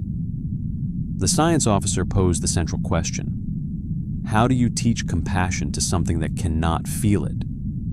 Hal's answer was quiet. You don't. You let it see compassion fail. Everyone looked at him. He continued. The Borg will try to weaponize mercy. They'll force rescue. They'll impose healing. They'll be confused if compassion doesn't produce obedience or unity. If compassion leads to disagreement, debate, sacrifice, and resistance. Kilowog finished it. They'll think compassion is chaos. They'll see it as a broken tool, a flawed logic. The commander nodded slowly. Yes, they must witness compassion fail to produce order. They must see it create rebellion, sacrifice, loss, imperfection. The captain stared. Compassion must look like something they cannot use, like will, like fear, like hope. She stood, turning toward the viewport. We do not show compassion as strength. We show it as freedom, free will in its most unpredictable form, messy, selfless, uncontrolled. In the quiet that followed, the lantern rings hummed, not with brilliance, but understanding. Compassion did not need to be powerful to be invincible. It only needed to be chosen. The ship slowed near a calm sector. Rendezvous with Starfleet's secure relay was minutes away. The lantern commander issued orders through the Corps' restored network. Transmit warning to OA. Restricted channels only. Guardian priority. The Borg seek to corrupt compassion. We must never turn care into command. Never make choice into requirement. The rings pulsed. Message sent. The captain prepared her own briefing. Starfleet intelligence must adopt new protocols. Medical aid cannot be manipulated into control. Humanitarian missions must preserve autonomy. Aid must not require surrender. The Federation must protect freedom, even inside kindness. A quiet war of interpretation had begun. No fleets yet, no battles in space, no cities under siege, just ideas under threat.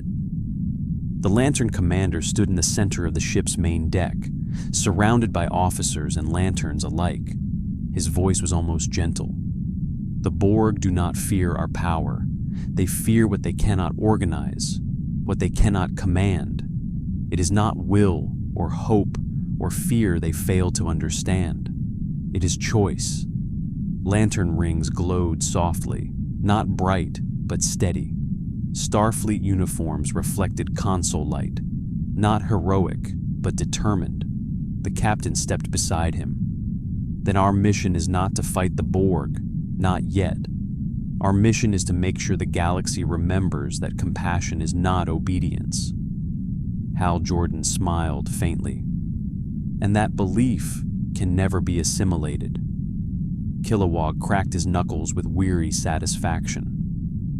Then let's go spread some chaotic, messy kindness. The crew chuckled quietly, not triumphant, not adrenaline-fueled, just human. The starship plotted its course. The Corps gathered strength. No flags, no anthems, no declarations, just the promise of freedom, taught not by power, but by the simple, stubborn act of caring without control. As the ship entered warp, the lantern commander closed his eyes briefly.